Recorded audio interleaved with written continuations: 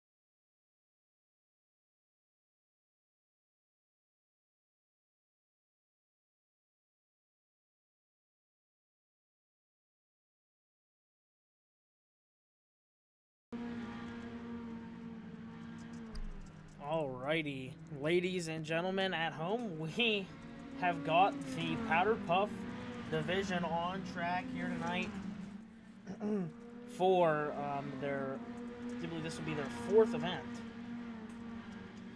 which have all been won by that car in the number 9 machine right in front of you. That's Jaden Swatsworth. She's ran the number 9 so far this year, picked up all 3 wins, had a great race with the car that's working to her inside right now in the 8 of Riley Ahrensberger. So they make a little contact getting down into turns 1 and 2. So those two are some cars to watch. Out in front of them, another car to watch who's been in contention, that's April Smeal.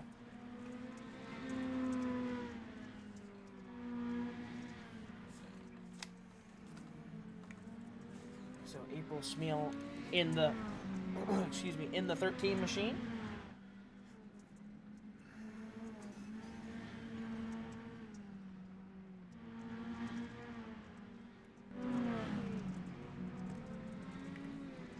Take him there in the 157. That's CJ Vickland in the 157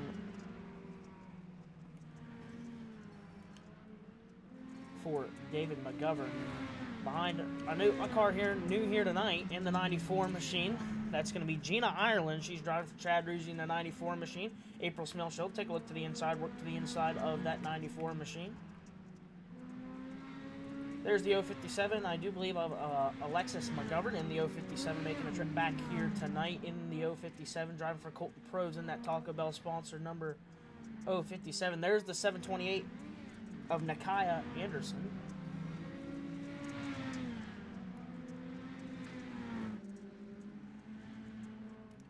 So Nakaya Anderson in that Nolan Anderson number 728.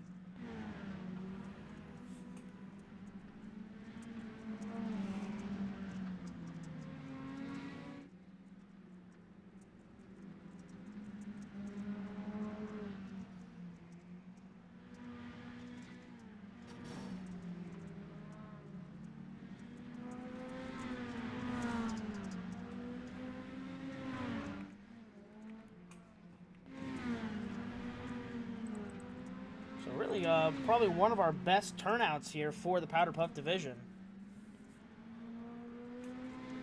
As we've got about 6 minutes on the clock for these ladies to put a few more laps down here at the I-55 Speedway.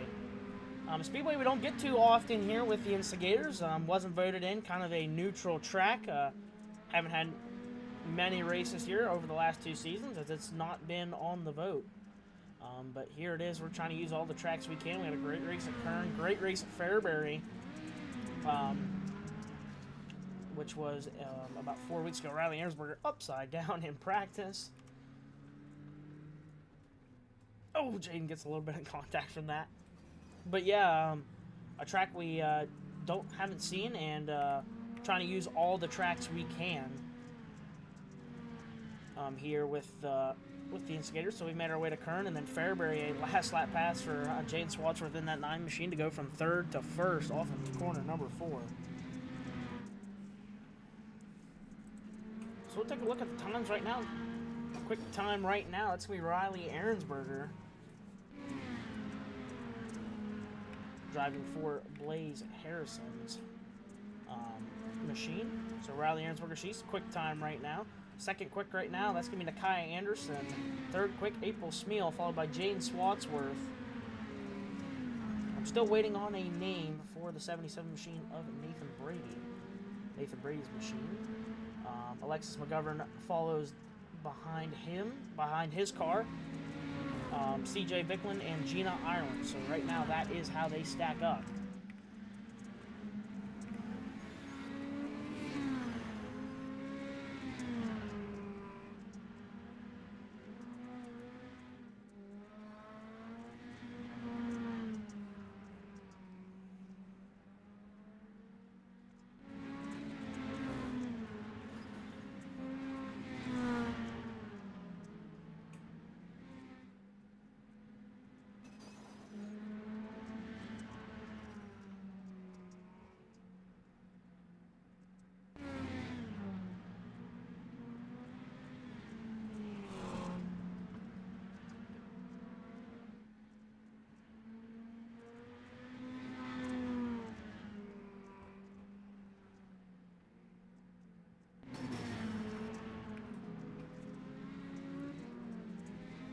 So all these ladies pretty close in lap times right now. Those top three. Oh, CJ Thicklin, she's upside down at the corner of your screen. She'll land back on all fours. No damage in the Powder Puff division, as we know. There's two pink cars battling here in practice.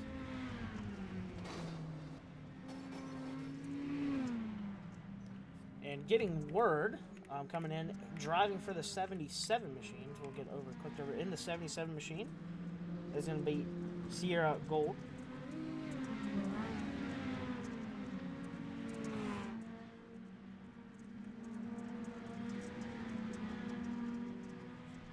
So Sierra Gold. Oh, she'll get the right side door.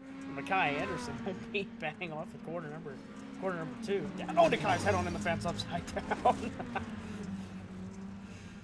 She'll find herself on her lid here in practice, but we've seen a lot of drivers on their lid. I-55, a track to close up.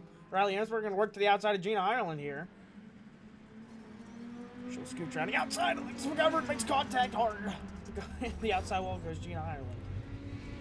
April Spiel continues to click off laps. She'll run right around.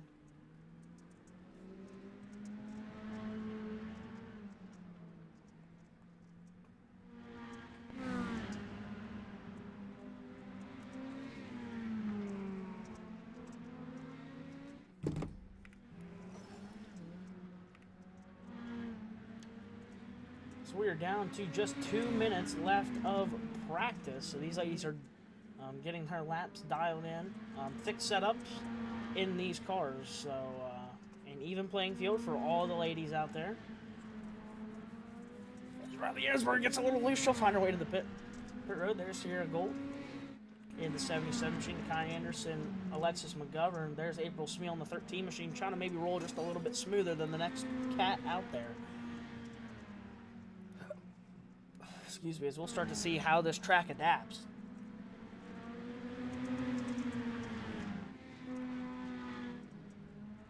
As Jane Swatsworth, like we said, she's undefeated so far this year in that number 9 machine, powered by Nick Anderson. We got a parking lot off of turn number 4 here, but we'll get them straightened out. But yeah, that 9 machine is undefeated so far. Jane Swatsworth undefeated in that 9 machine. She's trying to pick up another one, go 4 here. We've got 5 of these Powder Puff races. So right now, Jane Swatsworth leads that little bit of a charge for the points championship by a decent amount. As we'll head into our season final. Going to be a long night coming up here in a couple nights. Our season finale here with the Instigators to cap off a great year we've had. That's going to all end at Eldora. We're going to have Powder Puff at Eldora to start 25 laps at Eldora, and then we're going to move to the HighLine Designz Pro Late Models.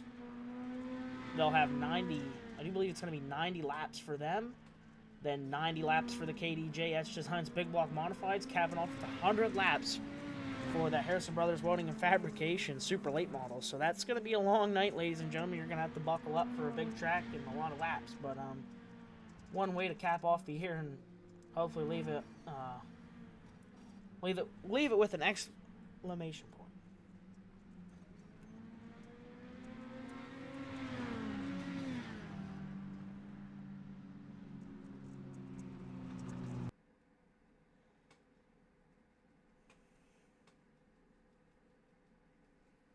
So that will be the checkered flag as they'll get ready to make a couple qualifying laps here.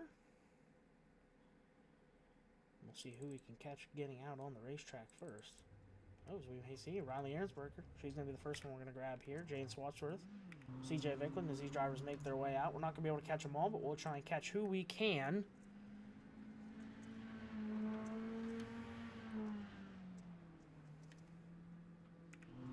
Hopefully these ladies, they'll trip the trigger here out of turn number 4. There's Alexis McGovern, and there's Sierra Gold. Jane Swatsworth, she's got that car up on the limiter.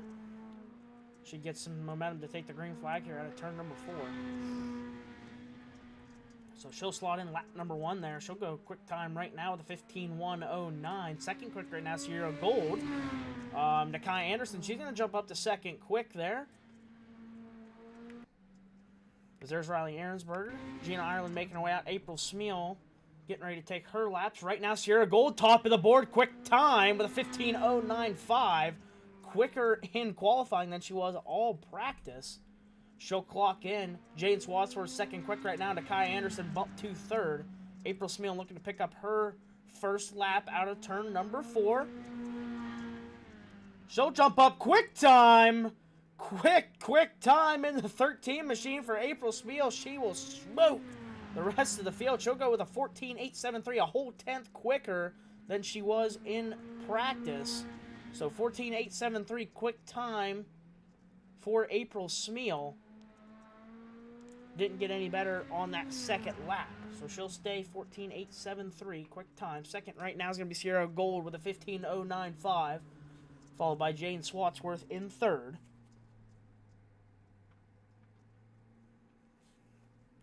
Nakia Anderson behind her. Then we have Riley Ahrensberger. And then we have Alexis McGovern, CJ Vickland, and Gina Ireland rounding out your 8-car powder puff field here tonight.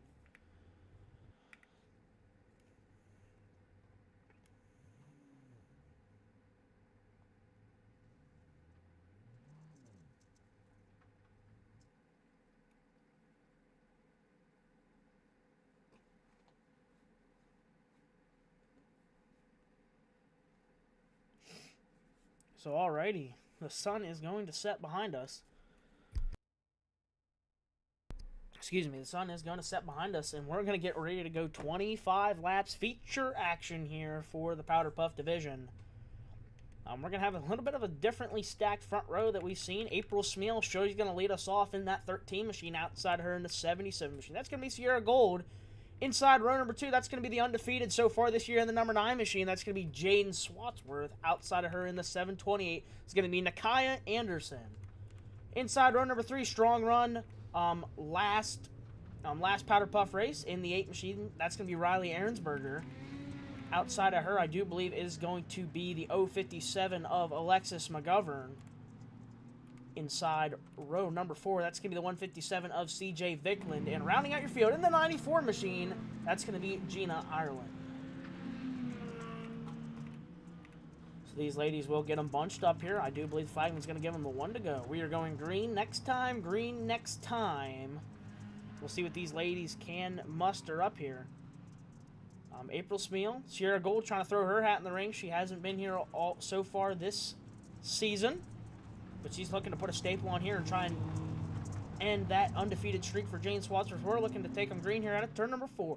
Here we go, 4-bagger action out of turn number 4. We're green.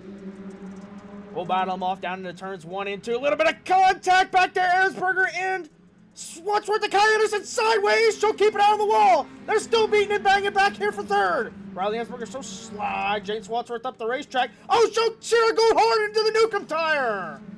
Contact CJ Vickland in the wall. We've got an Oval Track Specialties caution. Oval Track Specialties caution. I'm not sure which wreck they're going to count, as Sierra Gold looked like she had a pretty good handle on second place there. April Smeal trying to run away, and unfortunately caught a little loose, and boom, there's the Newcomb tire. And she'll grab a handful of the Newcomb tire. That banking really getting these cars loose. Riley Ahrensberger gets sideways down the racetrack. And I do believe we might see a little bit of a overcorrect in front of CJ Vickland, which collects CJ Vickland and Alexis McGovern hard into the wall for CJ Vickland, and it will be Sierra Gold getting charged with that caution. So she'll have to forfeit her second place starting position. She will find her way to the back. We've seen this plenty of times, though. There's plenty of time for these ladies and plenty of cautions. Oval Track Specialties cautions to get back up into a spot to have a chance at getting the job done here tonight.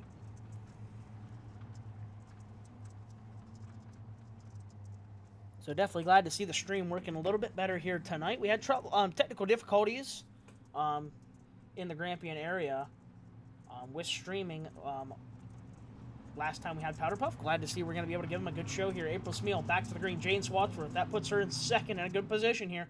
Can she try and pick up another one? Out of turn number 4, we're green. April Smeal, not the best start. Here it comes. Jane Swatzer. She's used that outside at Fairbury. Can't she get a big run here off this corner? Nakai Anderson. She'll take a peek to the inside. Riley Ahrensberger behind. We're 4 wide stretch down the back straightaway. There's contact between Nakaya and Riley Ahrensberger. Nakai going to get beat around a little bit. That's going to let Riley Ahrensberger move up to that 3rd place position. Alexis McGovern files into 4th. Nakai Anderson going to take a peek to the inside. Huge left side door. They're wrecking.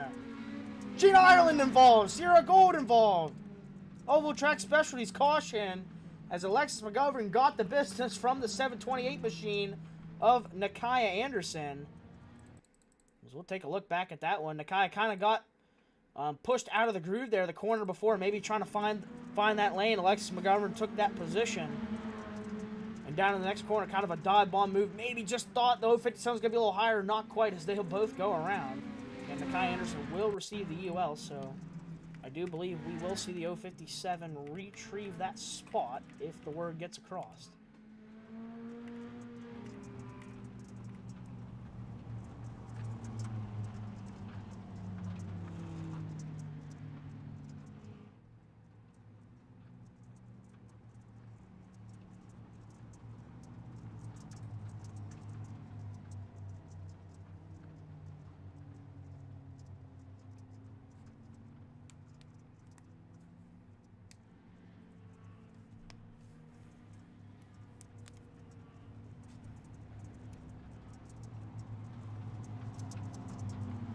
So pace truck looking to duck off. April Smeal on the point here. Out of turn number 4. We got him doubled up here. We get ready to turn him loose. April Smeal. She'll grab the green flag side by side at the line. I'm not sure. They'll let that one stand for right now. Jane Swatzer to the outside. Cause here comes CJ Vickler with a big run through the middle. She'll look to go to the inside for a second. To Kai Anderson around at the back of the field. We're going to have another Oval Track Specialties caution.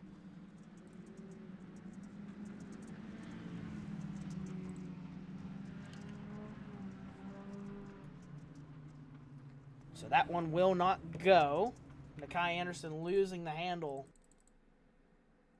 on the 728 machine. Just trying to, oh, look like it might have been maybe, yeah, just a little bit of contact there. Didn't quite lose it all on her own. Sierra Gold maybe trying to just drift down the racetrack a little bit.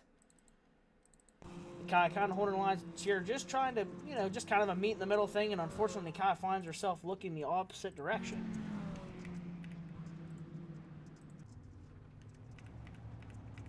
So we'll re-rack them and stack them single file here. We're going to run them single file.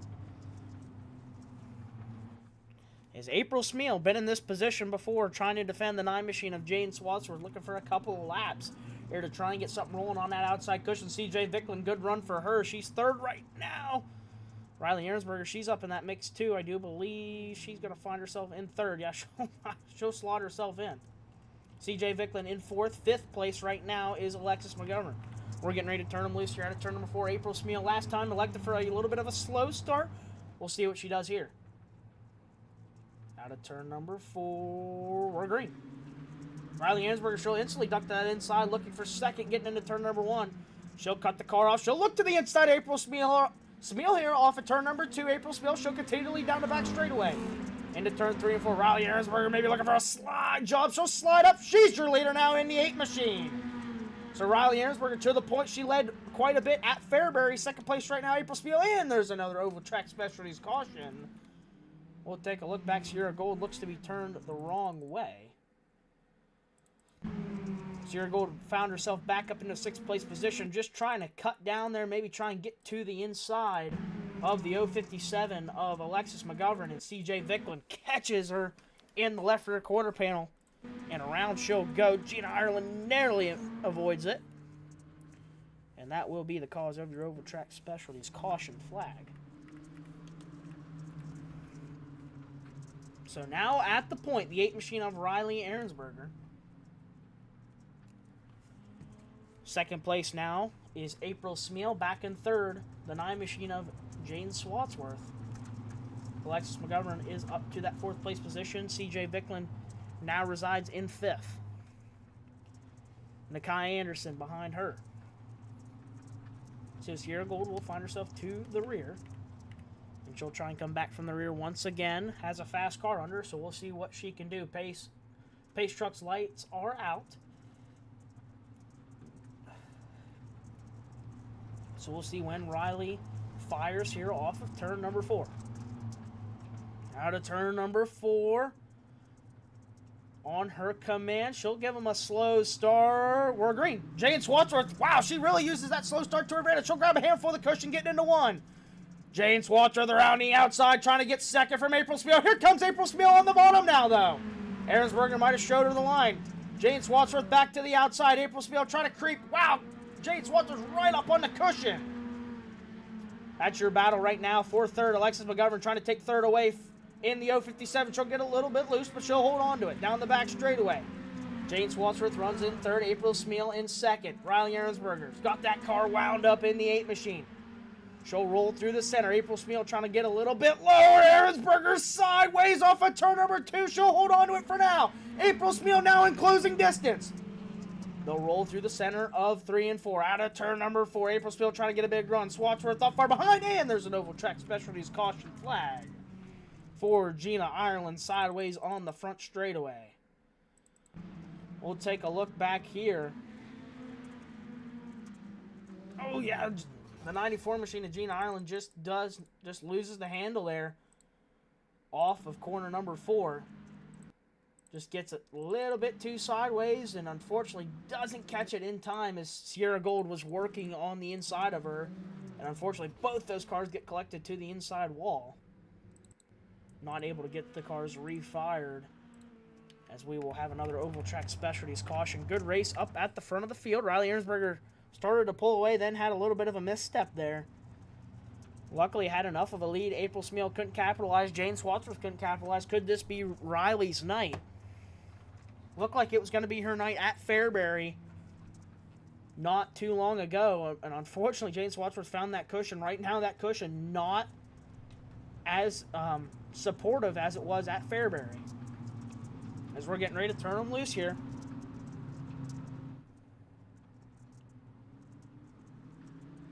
As we're green. Good start for the 8 machine of Riley Ahrensberger. Once again, Jane Swadsworth not going to give up around that outside. Nakai Anderson takes a peek to the inside for 4th. We're 3 wide for that 3rd place position. A little bit of beating and bang as we roll down into turns 3 and 4. Nakai Anderson, she'll take that spot away from the 057 of Alexis McGovern. Back up front. Here comes Jane Swadsworth. Is that cushion coming alive? She'll grab a handful of the cushion down the back straightaway, trying to get a run to the outside. April Spiel for 2nd. That's your battle for 2nd. Riley Ahrensberger right in front of him, waiting in the wind. There's contact with the outside wall. Jane Swadsworth, she'll ride the wall around the outside. That'll let April Spiel pull back ahead in 2nd. 4th place to Kai Anderson. Alexis McGovern rounds out your top 5. Back up front, April Spiel trying to roll that bottom just a little bit better than the 8 machine. April Spiel tries to get a good bite off of turn number 4. We work lap 14 into turns 1 and 2. Riley Ahrensberger, your leader. 3rd place, your undefeated Jane Swadsworth. A little bit loose for the 8 machine. There's another Oval Track Specialties caution. This one's going to be for CJ Vickland. We'll take a look what happened. Getting through the corner there. Just loses the handle there. Ooh, contact with the inside wall. So she'll lose the handle off of turn number 4. Sierra Gold, she'll be able to pick up a spot that way. She'll rejoin at the tail of the field. It's good battle up here. Good battle up front here for these ladies.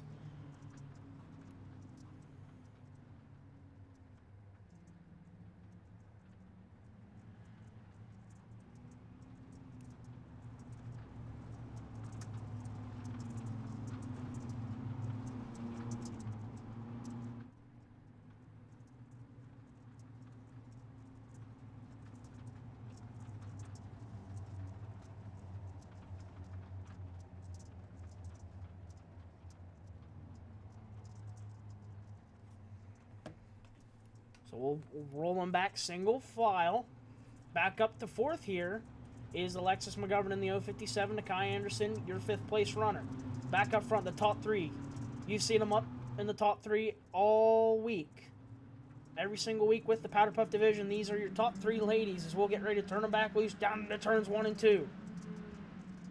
Out of turn numbers 2, good bite for April Spiel. She's going to get a huge run here on the 8 machine of Riley Ahrensberger. Ahrensberger going to try and block that line. She'll block it low. Here comes a 9 machine getting it wound up around the outside. There's huge contact with the wall, but she'll drive around the 13 machine of April Spiel. Jane Swadsworth trying to go back at it. Sideways, she'll hold on to it.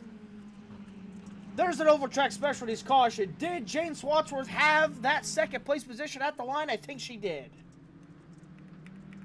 So we'll take a look back at what happened.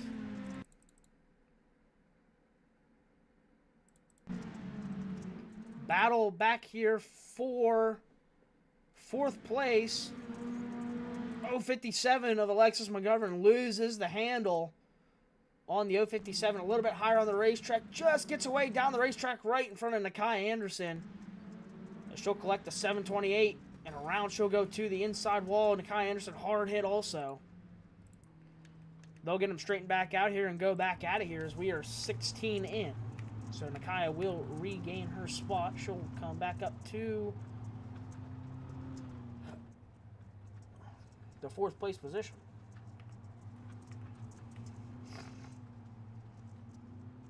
And I was correct. Now 2nd place is the 9 machine of Jane Swatzer. She can just get it rolling on that restart. Riley Ahrensberger going to try and hold off the 3-time and undefeated number 9 machine. April Smeal back to 3rd now. Nakia Anderson, she'll regain her spot in 4th. Sierra Gold back up to that top 5. Here we go out of turn number 4. Pace truck off. We're green. Riley Ahrensberger, great start in the number 8 machine. Here comes Jane Swatsworth, though. April Smeal back to the inside of the 9 machine off of turn number 2. Side by side, wheel to wheel, down to back, straight away. Swatsworth back to the outside. Smeal to the inside. Out of turn number 4. Ahrensberger sideways hard. They're leaders in the wall. Oval Track Specialties caution as your leader makes hard contact with the inside concrete. What looked to be her night all night in the 8 machine, unfortunately for right now, isn't looking in the best of odds as she finds herself out front and just gets a little sideways here off of turn number 4, that banking, and that car gets upset and around the 8 machine goes, grab the concrete with the front nose. And what looked like to be her night right now is not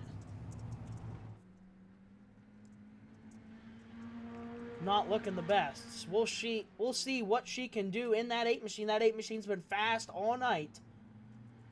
As we're on lap 17, she's got a couple laps here to pick a few cars off, maybe put herself in a position. That'll move the 728 of Nakia Anderson up to 3rd. April Smeal 2nd. Jane Swatsworth finds her in the catbird seat once again, trying to pick up win number 4. It's going to be a long drive for Riley Ahrensberger. Can she make it happen? Sierra Gold up to 4th. 5th place now, CJ Vicklin. We're green out of turn number 4. Jane Swatsworth leads us to the green. Into turns 1 and 2. April Smeal takes a peek to the inside. We've seen Jane use that outside all night, but is that going to leave the door open? Jane back to the outside. April Smeal, she'll roll through the bottom side. Swatsworth around the cushion, Smeal around the bottom. We've got a race here at I-55 Speedway. Swatsworth grabs a handful of the cushion. April Smeal to the bottom side. This is getting close, ladies and gentlemen. These two have been tooth and nail all year. Swatsworth back in the wall. Sparks flying off the wall. They're dead even at the line. Oval Track Specialties caution. Oval Track Specialties caution just as Swatsworth was making a mistake.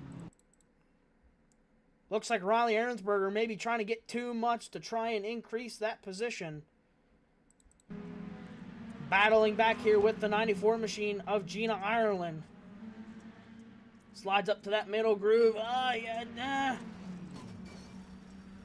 Yeah, she just gets caught in the... Just the 94 machine gets a little bit loose there off the corner. We've seen it happen all night. And unfortunately, he was able to save it, but the 8 machine there giving room. But unfortunately, 94 catches that right rear quarter panel of the 8 machine and sends her head on hard into the outside wall. Nothing Riley Ahrensberger could do in the 8 machine. So she will at least withhold that spot over the 94 machine. As back up front, April Smeal going to have to try and make another bid at it. Here we go out of turn number 4. Jane Swatsworth, your leader. 13 machine of April Smeal behind. Nakia Anderson in 3rd. We're green. Jane Swatsworth knows she can't make that same mistake she just did there. She started to leave the door open for the 13 machine. April Smeal gets a good run off of turn 2 there. We'll roll down into turns 3 and 4. Swatsworth to the outside. Here comes Smeal to the inside. That door open. Big run down the front straightaway for the 9. Grab a handful of the cushion off of turn number 2. Down the racetrack. Smeal cuts it off for her. We'll drive back down into turns 3 and 4. April Spiel back to the bottom. Swansworth, she'll roll through the middle. Out of turn number 4. Wait, Cabin Oval Track Specialties caution. Alexis McGovern turned the wrong way on the back straightaway. She's going to turn right up in front of your leaders and cause a pile up / parking lot. But no damage, so no harm, no foul here. So we'll take a look back at what happened. CJ Vicklin running that bottom groove. Alexis McGovern, she takes a peek to the outside and just gets them planted into the wall. So we'll take another look at this one. Yeah, it just looks like the 157 starts to slide up the racetrack, and the 057 is already there. And that, once Vicklin gets hooked to the 057, they're both along for the ride. Hard impact, CJ Vicklin and the 057 of Alexis McGovern. So that one was given to the 157, so we will re-rack them and stack them. Alexis McGovern, she'll regain her spot. CJ Vicklin to the tail. We're getting ready to take them back green here again. Oh, we're wrecking before the green. We're caution back out.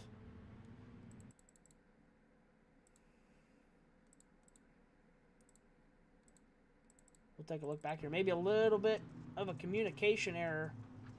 As you saw, maybe the 057 trying to regain a spot as we're getting ready to go green.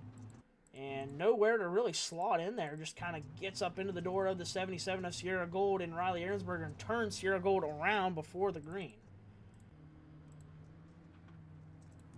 So we'll see if we can get them set in stone here. Sierra Gold, I'm still trying to get that car turned back around.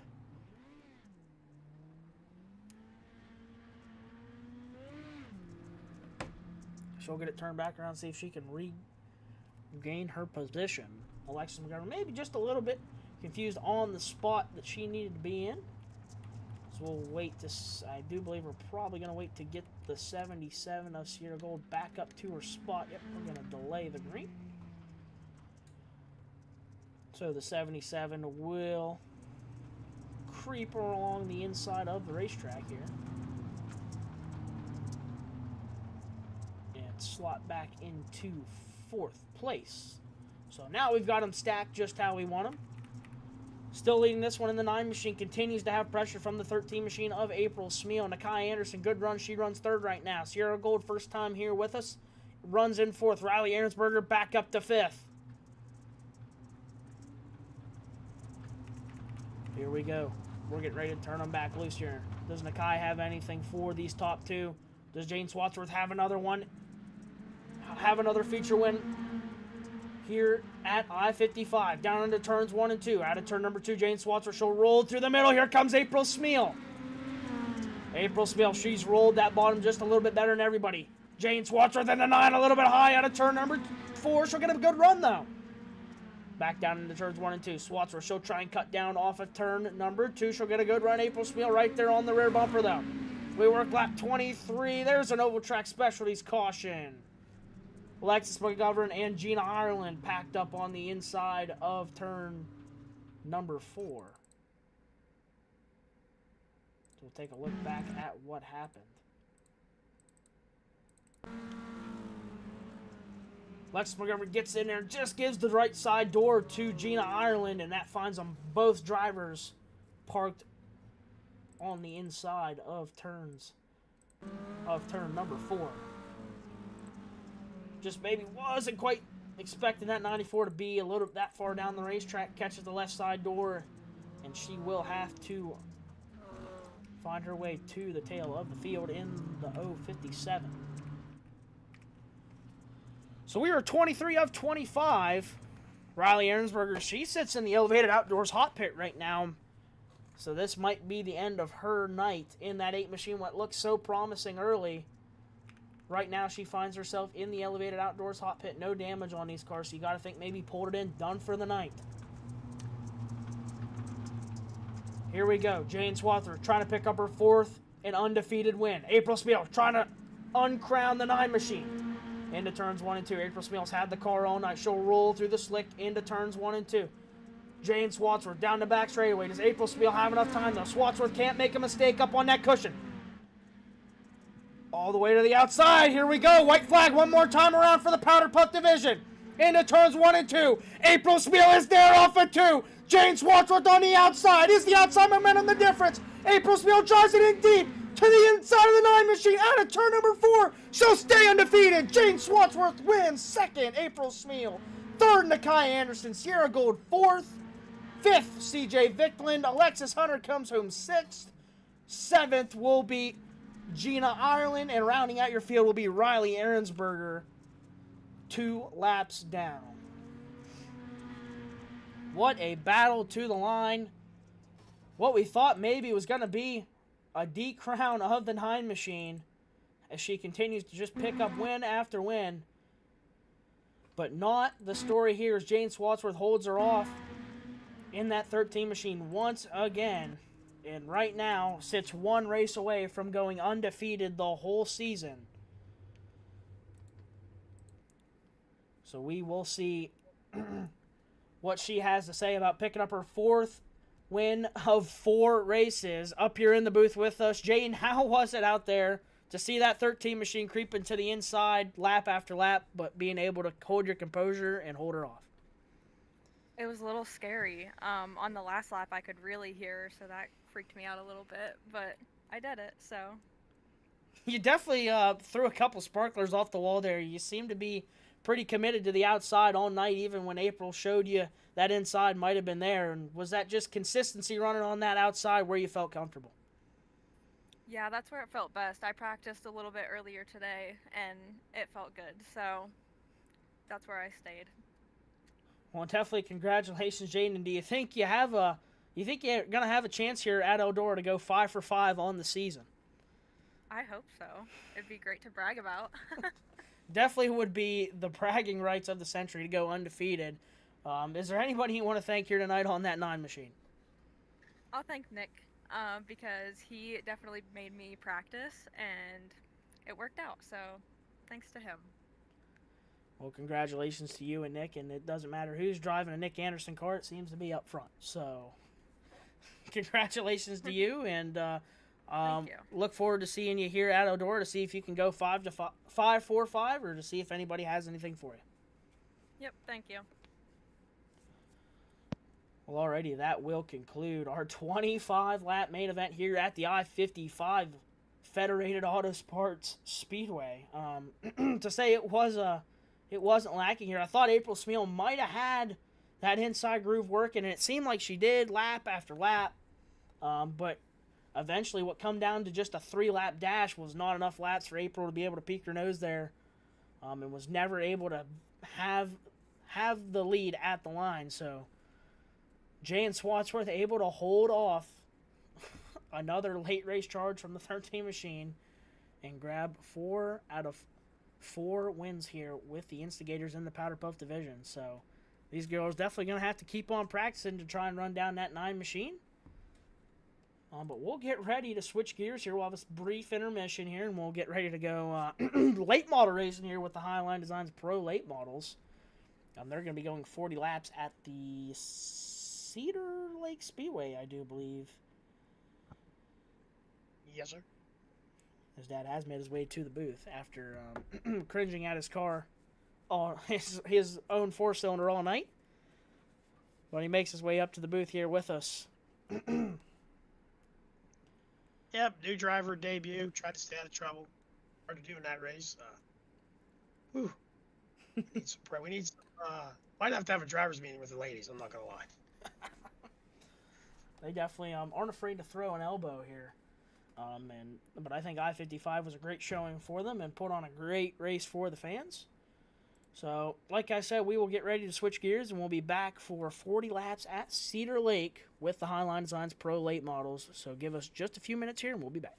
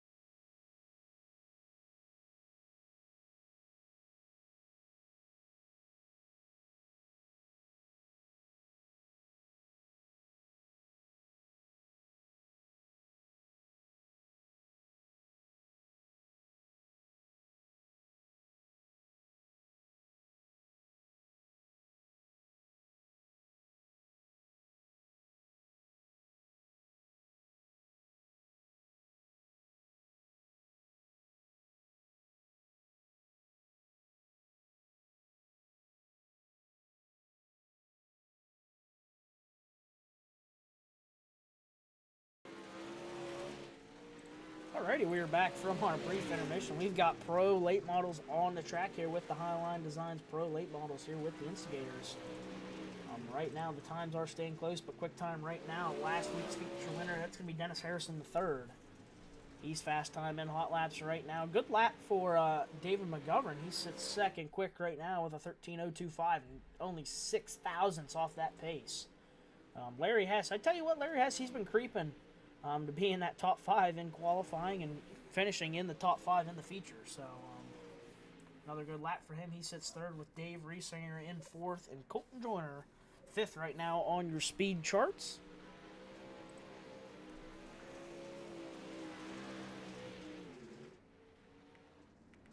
This is one of them tracks, Tyler, that really slows down in a hurry. If you don't get out early on this racetrack, you're not going to turn a real quick time. You're in hot laps. As you see Kirk John as the spiel out there. Your two slowest cars, but they were also last to get on the racetrack. Yeah, I'd have to say this track is already far from those 13.0 times. As you see, it just slicks up getting in, and you just can't quite get in as good as the guys were a little bit earlier on the racetrack. So definitely going to slow down in a hurry. That middle groove going to go away, and you're going to see that infamous top side here at Cedar Lake become a factor. Yet not one of my favorite racetracks as far as my own personal opinion. Because of that, guys that like to run the top love this place. I'm not one that sells t-shirts, bud. I might never have sold one t-shirt in my life, but hey, you know, like to roll around the bottom or the middle of the racetrack, and this place just likes to keep moving on up.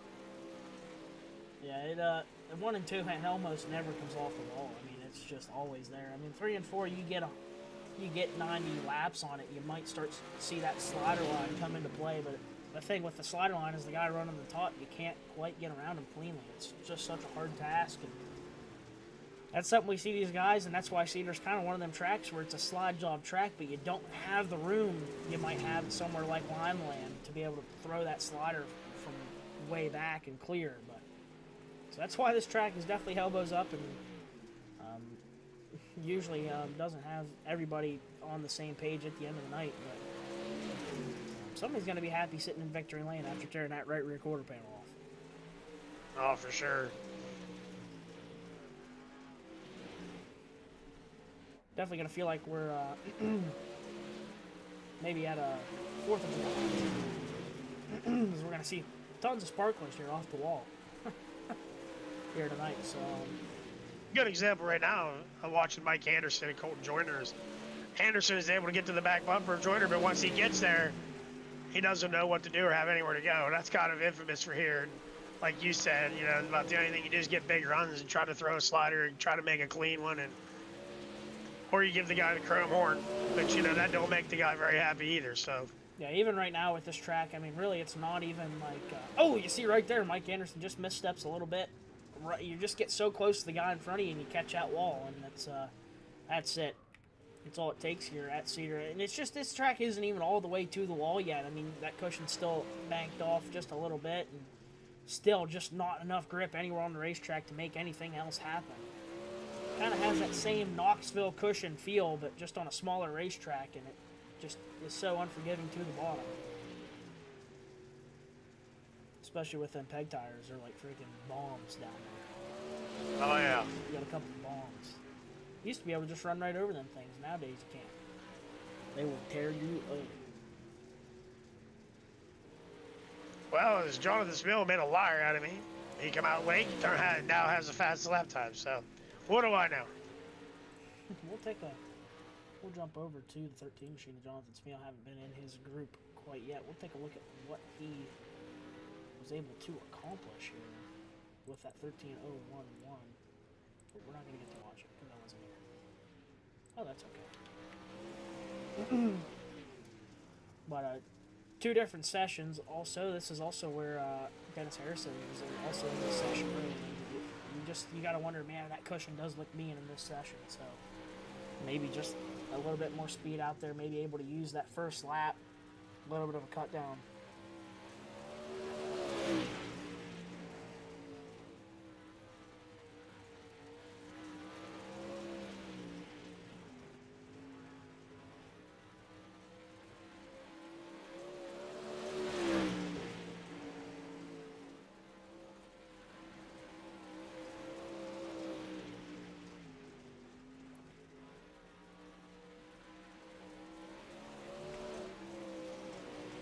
Dave Riesinger sporting a little bit of a more of a crafty wrap in the 72 machine. I like the looks of that car. White nose piece, white roof, white A and B pillars. Pops that red out just a little bit more. I'm actually a pretty big fan of that race car right now. Yellow wheels, yellow cage, and that white, red, and yellow 72 machine. Clean looking car for Dave Riesinger. Tell you what, that rat guy for Dave Riesinger, he's got a full-time job. He's a crafty cat. Changes a little bit here and there. Cool, so he'll exit the speedway at a high rate of speed, and he's in the orange fence. So Dave Riesinger will pull it in for that session. There's Kirk Hess in the 46 machine. I've heard word on the street Kirk Hess not getting a wrap. Speaking of wraps, until he wins a feature. Is that true? That's what I heard too. I didn't hear it from the horse's mouth, but I did hear that as a rumor also. Maybe I ought to get down to pits one of these days and talk to him and ask him if that's a true statement. Yeah, you're right. I haven't heard it from the horse's mouth myself, but I've heard that as a rumor, and I feel like I've mentioned it on stream before. And he continues to come back with that same gray 46 machine. Maybe looking for a good finish. He's had chances here, quite a few at Volusia actually. Thought maybe he had the car to beat, and unfortunately never ended up in his favor. Right now he sits 10th quick, a little bit behind the 8 ball here at Cedar Lake. But Cedar Lake, not a track that I would describe as Kirk Hess's driving style. We saw it at Limaland last week too, just not really the driving style of that 46 machine. He likes to be able to keep that car a little bit straighter, not as wild, and kind of rolling. A place like Cedar Lake is up on the wheel.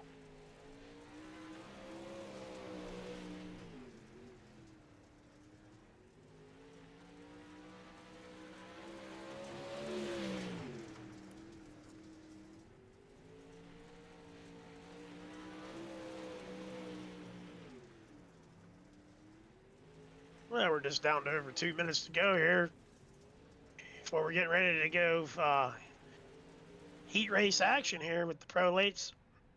So get ready to get her kicked off here, Ty. Yes, we are, as that count has winded down here as these guys continue to just make their final touches on these HighLine designs pro late. See where they filter out come heat race action. A couple guys looking for a little bit better pill draw than they've had the last couple of weeks.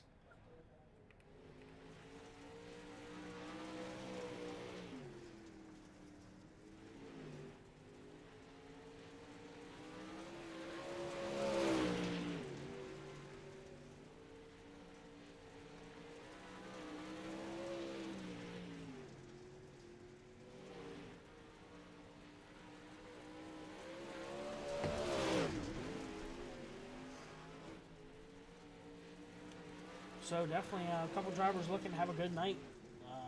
David McGovern, he's been outside looking in quite a few of these times. I don't think we've seen the 157 have a good pill draw to put him on the front row of a heat race. So that might be something he's looking for here tonight to try and put himself ahead of the game if he can get out front. We haven't seen that 157 be in clean air all year. So we'll see. That's true. That's definitely true.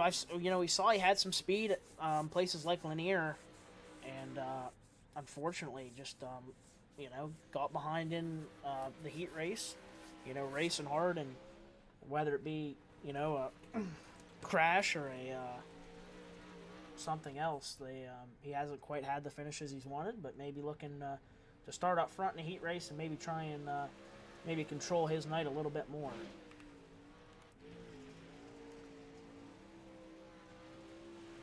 Be one of these races that click off really fast if we kind of go without any cautions here tonight. Only 40 laps, so yeah, definitely makes tonight like a battle of track position. Yeah, for sure. And track's not going to transition as much as it does on the longer races, so these guys are going to be fighting for every spot they can get right out of the gate. You don't really have tire wear as an issue, so it's kind of like your Saturday night thunder at your local racetrack tonight, where it's just go to you can go no more, and really not going to leave anything on the table.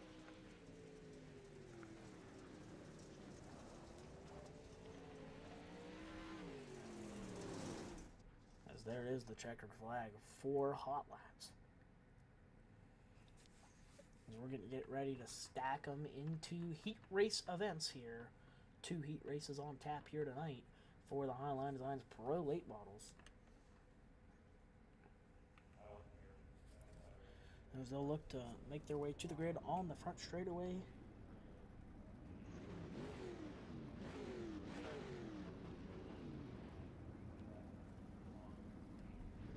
All right, Tyler. Well, I'll lead us off here. On the pole, this one in the 77 out of Hyde, PA, will be Nathan Brady, and outside of him, in the 42H out of Allegheny, New York, will be Dennis Harrison, the third, last week's feature winner.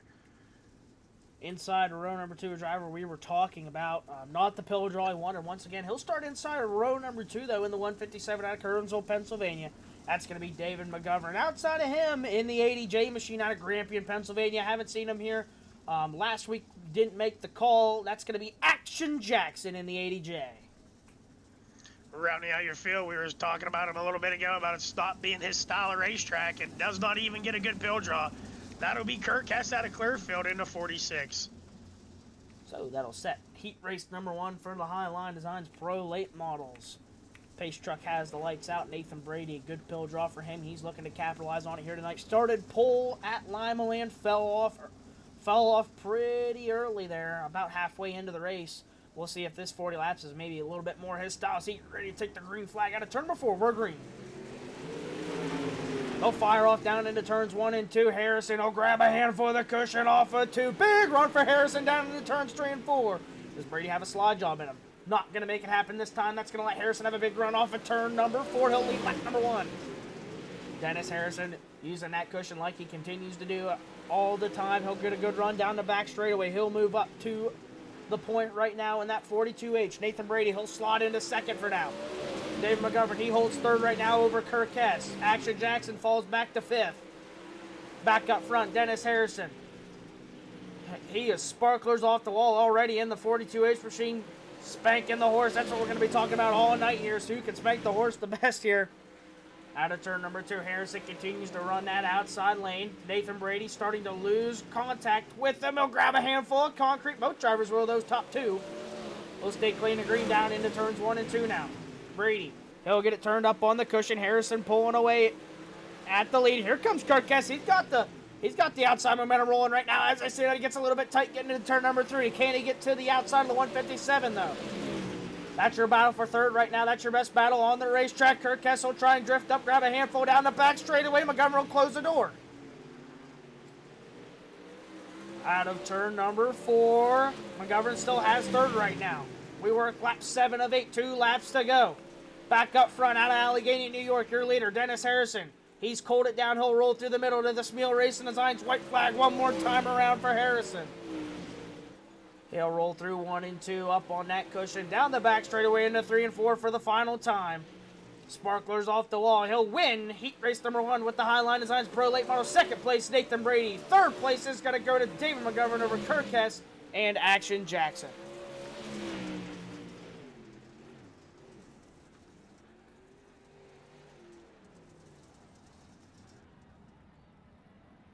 Oh, nothing new there. Is it definitely went up to the top side, and it looks like on these initial starts, the guy in the pool has one shot. He can get a good jump and he can put a slider, but Pat, once you get a lap in, that top gets rolling. If you don't complete it, it looks to me like you're gonna have to have an awfully good race car on the bottom there to pull it off. Yeah, I don't think you. I think you have the best race car in the world, and I just don't think that inside lane has enough to pull you off. I mean, like you said, I wondered there if maybe Brady was going to try and pull a quick little slider there down in 3 and 4. As Harrison tried to get his momentum up and just didn't feel good about it, and that's drops to a good second place position. But like you said, that's really going to be the case here with this second heat race coming up also. All right, well, we got a lap there. Tell us who we got out there. Alrighty, on the front row, good lap for him in hot laps in the 98 machine. He's been sneaky all year. That's going to be Larry Hess out of Clearfield, Pennsylvania in the 98 machine. Outside him in the 116. Mike Anderson's got a couple wins on the year in that 116. He's out of Du Bois, Pennsylvania for Mike Anderson. Rounding out your field, you get the 1 star out of Du Bois, Colton Joyner, Dave Reesinger 72, and John Smeal. He is out of Reynoldsville in that 13. We're getting ready to go green, Tyler. Yeah, out of turn number 4 here, we're ready to turn him loose here. Pace truck, he'll duck off here. Out of turn number 4, Mike Anderson looking to get that jump like Harrison did on this initial green. We're green. Good start for the 98 machine. Does he have enough to try and pull up in front of the 116? He'll leave a lane here off of turn number 2. Good run for the 98 machine on the bottom side. Will he throw a slide job? He'll roll to the middle. He'll leave a lane for the 116 right now. Colton Joyner trying to follow suit with him on the bottom side. There's the slide job from Larry S. He'll throw the slide job into turns 1 and 2. There comes Mike Anderson. That's going to cause contact with Joyner. Joyner sideways. Joyner will keep it straight. Mike Anderson, that was an aggressive move, trying to turn down the racetrack. Not quite enough room. Larry S. now to the point. Second place, Mike Anderson trying to bear down on the 98 machine. Does he have a slide job in him? We talked about how fast that 116 was in practice. Oh, look to the inside off that corner. Not going to happen. Now Anderson, he'll try and roll through the middle. Does he have enough? Hess has to turn that car on the outside. A little bit of contact there. They'll throw him down into turns 3 and 4. Hess up on the cushion. Anderson to the inside. Outside momentum prevails. Anderson back up to the cushion. Hess trying to hold him off here. In that 98 machine, Mike Anderson's got a fast car here tonight. A little bit of concrete for the 98. No harm, no foul out of turn number 4. Mike Anderson continues to try and just creep a nose to the inside of the 98 machine, but that outside momentum is where it is right now. Both of those drivers up on the berm. Larry Hess still has it right now with that Bilstein sponsored number 98. 116 of Mike Anderson trying to get to him here off of turn number 2. Into turn 3 and 4. Out of 4, they're going to see the Smeal race to the sides. White flag. Mike Anderson upside down. Oh, my. Hard wreck. Huge crash. He's still in the throttle. He's still in the throttle. He's going to bring up the Smeal race to the sides. White flag. Mike Anderson off the pace, off the racetrack. Out of turn 4, Larry Hess gets it done in heat race number 2. Second, Colton Joyner. Third to Jonathan Smeal. And Dave Reesinger comes home in 4th. Mike Anderson will round out 5th. As that turned to quite the horrific accident in a hurry. As you saw the 116 of Mike Anderson do a cartwheel at the top of 3 and 4. I mean, that car went on its nose, did a cartwheel, landed, he never came out of the gas, and just kept going. I guess the no-stop rule. We'll take a look back at that accident for Mike Anderson. He just gets in there and he just grabbed a handful, just grabbed that cushion a little bit rough there getting into that corner. And once he grabbed the wall, just maybe trying to turn off of it, have a chance, and climbed it, and the catch fence did its job, kept him in the ballpark, but put him over. I'll give him a 9.5 for originality on that one. Yeah. Spoiler comes off, wheel comes off. And as the spoiler's flapping in the wind down the front straightaway with his broken right front, he'll drive it to the pits. So we'll take a look back here. Saw Dave Reesinger had a little bit of damage on that 72 machine. See where he picked up that damage. That could have been from a peg tire. Oh, actually, something we might have missed early in that one. 72 machine catches a little bit of contact with the 13 of Jonathan Smeal. Turns him almost dead sideways. I wonder why them guys were a little bit farther behind on pace. They got a little bit of contact there, getting, just looks like Smeal maybe tried to jump up to that outside groove. Reesinger wasn't quite ready for it, wasn't able to react. Just grabbed a handful of the bumper of the 13 machine, but no harm, no foul, as they'll get those cars back together as we're getting ready to go 40 laps here at Cedar Lake.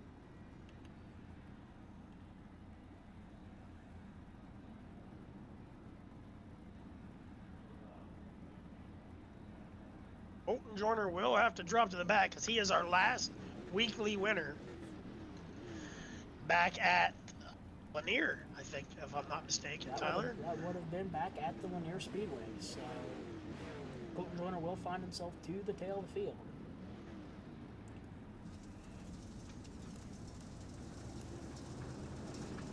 So on the front row of this one, last week's feature winner at Limaland in the 42H machine. All the way out of Allegheny, New York, that's going to be Dennis Harrison III Outside him in the 98 machine, able to hold off the 116 of Mike Anderson until he flipped into the catch fence. Out of Clearfield, Pennsylvania, that's going to be Larry Hess. Inside your second row, he hails out of Hyde, PA in a 77, one of his best starts here of the season. That'll be Nathan Brady. Outside him, your points leader in the number 13. He is out of Reynoldsville. He will start outside your second row. Inside row number 3 in the 157 out of Kearnsville, Pennsylvania, that'll be David McGovern. Outside him in the 72 out of DuBois, PA, that'll be Dave Riesinger. Inside your fourth row in the 46 out of Clearfield would be Kurt Kess. Outside of him after a rumble tumble in the 116, that'll be Mike Anderson out of DuBois. Action Jackson, Colton Joyner, they round out your field. We're getting ready to turn them loose here, though, at the front of the field. We're green into turn number 1. These HighLine Designz Pro late models put the power to the ground here off at turn number 4. Good run for Nathan Brady. He'll slot up into second on that initial restart. That car looks good on the bottom side. Sparklers off the wall for Larry Hess. He'll slot into third right now. So now Nathan Brady on this 40-lap dash tries to roll around the bottom. We talked about maybe earlier Al Harrison. He's so good. Oh, there's Brady. He's going to slip up to the outside in front of the 98 machine. He's going to get tight here off the corner. Oval Track Specialties caution early in this one. We've got them piled up here at the tail of the field. Jackson Anderson parked up here getting into turn number 3. We'll take a look back here. We'll get a little bit better view for you, ladies and gentlemen. Oh, Jackson not involved in this one. A deal at the front. Looks like Joyner tries to get to the outside of Mike Anderson here and gets there and just one of them things where it almost looked like Anderson kind of was trying to cut off and caught the right rear hard on the door, and unfortunately that bounced back and Joyner catches it. Anderson in the right rear, turns him head on in the wall early in this 40-lap endeavor. Joyner involved. Action Jackson nowhere to go. Spins it sideways. Looked like Jackson is going to avoid most of the contact.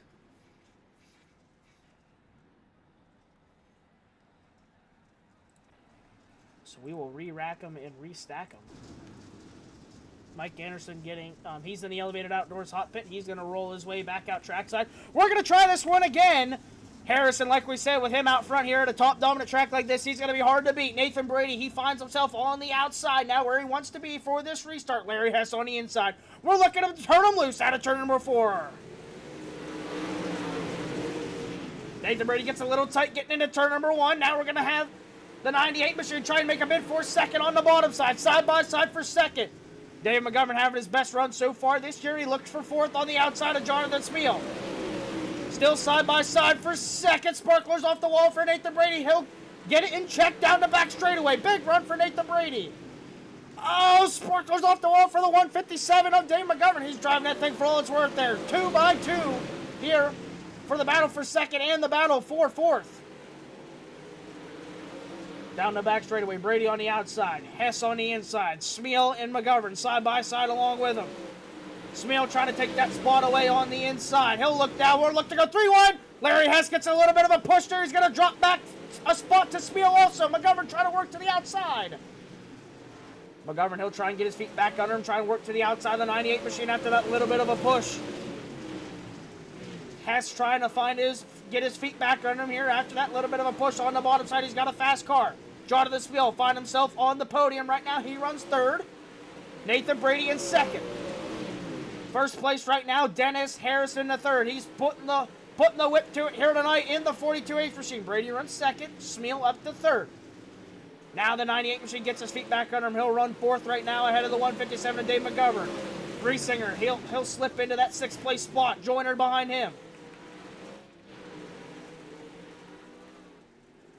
We'll take a look back up at your leader. The 42H machine of Harrison, still your leader. Back to second. Jonathan Smeal trying to roll through the middle. Maybe try and get a little bit. Nathan Brady continues to rip the lip on the outside of that 77 machine. We're already working lap number 10 of 40. This one going to be a short-lived one here at Cedar Lake. These drivers giving everything it's worth here. Brady right on the lip out of turn number 2. We'll work into 3 and 4. This track already getting pretty slick for only being 10 laps into this one. Brady gets a little bit tight there. That's going to let the 13 machine try and strive on the bottom side, but not enough. Larry Hess, he's jumped back up to that outside groove in fourth. Dave McGovern, he still holds on to fifth, but here comes Riesinger on the bottom. Side by side between the Daves here comes Riesinger trying to take fifth away on the bottom side. He's side by side with McGovern. Back up front, 13 machine, Jonathan Spiel. He's got his feet on him. He looks to the inside of the 77.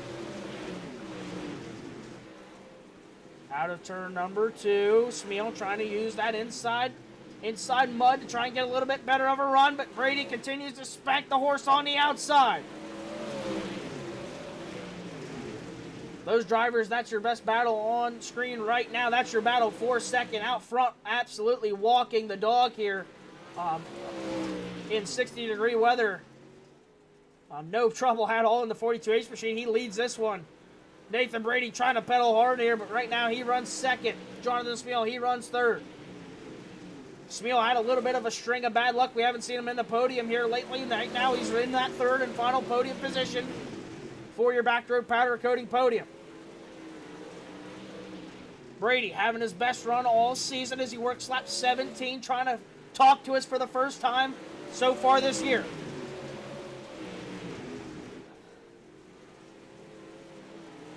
We've got a hornet's nest behind him here as Larry Hess leads that secondary pack in fourth. He'll grab a handful of concrete off of turn number 4. Riesinger, he fights for fifth.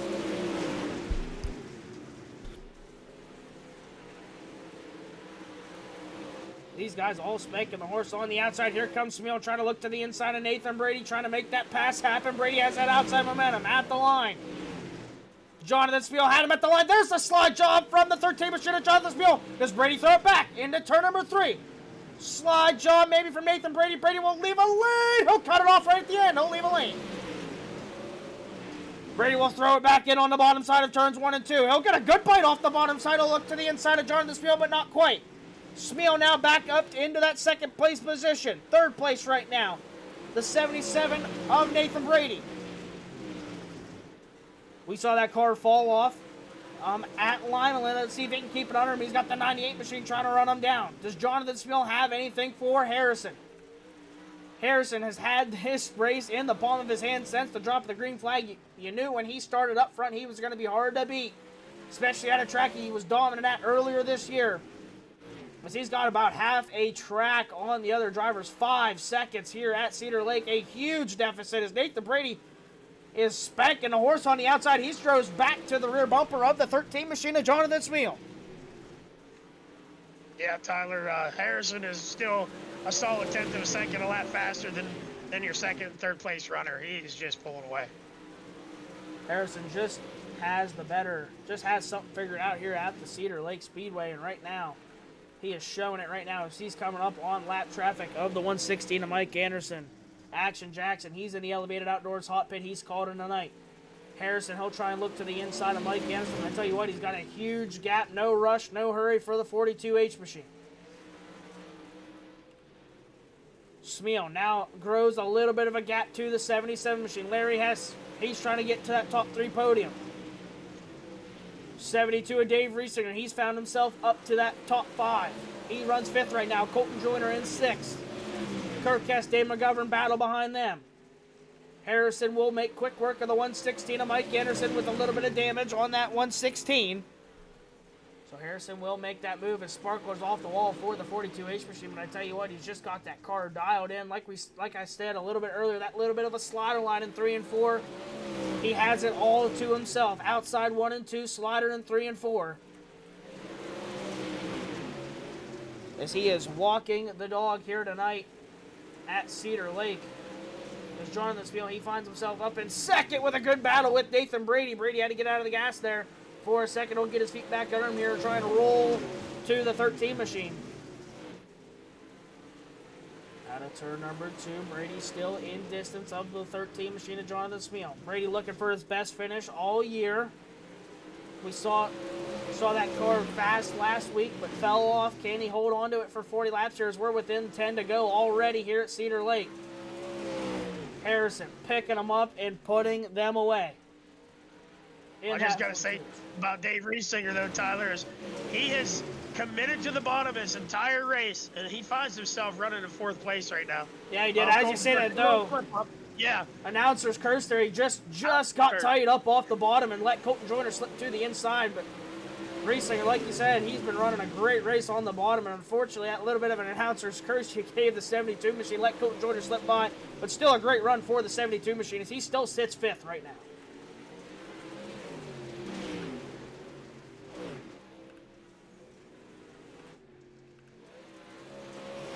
As we haven't given him much screen time here, we'll let him lead his last 4 laps in the 42H machine as if there's no oval track specialties caution. Oh, as I say it! Kirkess in the wall! Announcer's curse for announcer's curse up here in the booth tonight. Maybe we should just stop talking. Maybe we should.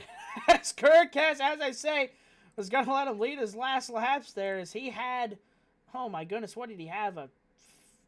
Over a 5-second advantage in that 42H machine. Absolutely was walking the dog on a summer day. Wind in his We're gonna have hair. ourselves a single file 4-lap dash to the checkers. Yes, we'll take a look at what happened here. Kurt Kess, he's kind of rolling off the bottom here. McGovern just trying to work to the outside of Larry Hess there, and he just catches that opening.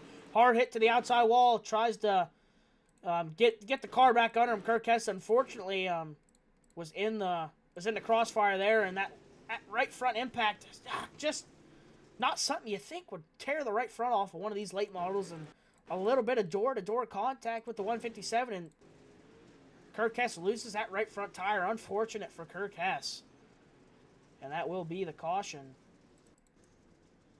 I'm going to guess they're going to be able to get most of that damaged fixed. I don't think it gave much body damage. I think it just knocked that right front off, and looks like he's getting ready to roll out of the pits. Yeah, that car looks brand new. I mean, I can't tell what the suspension looks like under there, but that car looks fine. I mean, he barely touched, and that's just something we've seen these late models do. As we're green, he'll come back right after the green flag as we're green into turns 1 and 2. Does Jonathan Spiel have anything for Harrison? Harrison's had it all night. Can Nathan Brady hold on to third? He's wanted to talk to us all year. Hasn't been able to. He's side by side with Colton Joyner right now. Out of turn number 4. Harrison. Smeal. Does Smeal have anything for Harrison at the end of this one? Off the bottom side. Harrison already starting to show that that car was just a car to beat here tonight as he pulls away from the 13 machine. He'll drive back up to the top out of turn number 2. He is high side sailing right now in that 42H Smeal Racing Designz white flag in the air one more time around for Dennis Harrison. He'll drive it down into turns 1 and 2. He'll grab a handful of the cushion for the final time here tonight off of 2. Into turns 3 and 4. Out of turn number 4, Dennis Harrison the third. He'll pick up another one here at the Instigators. Second goes to Jonathan Spiel. Third, Colton Jordan at the line. Nathan Brady will get 4th. 5th will go to Dave Riesinger. David McGovern 6th. Larry Hess 7th. 8th will be Kirk Hess in the 46 machine, followed by Mike Anderson and Action Jackson.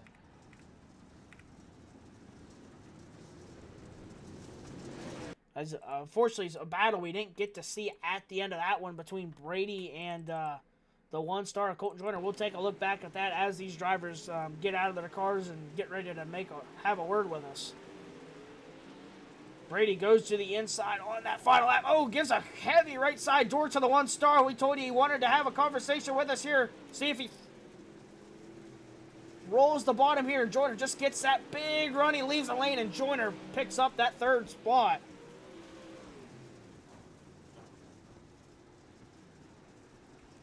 So great race to the line for that 3rd spot. Unfortunately, Nathan Brady going to have to wait another week to get a word with us up here in the booth.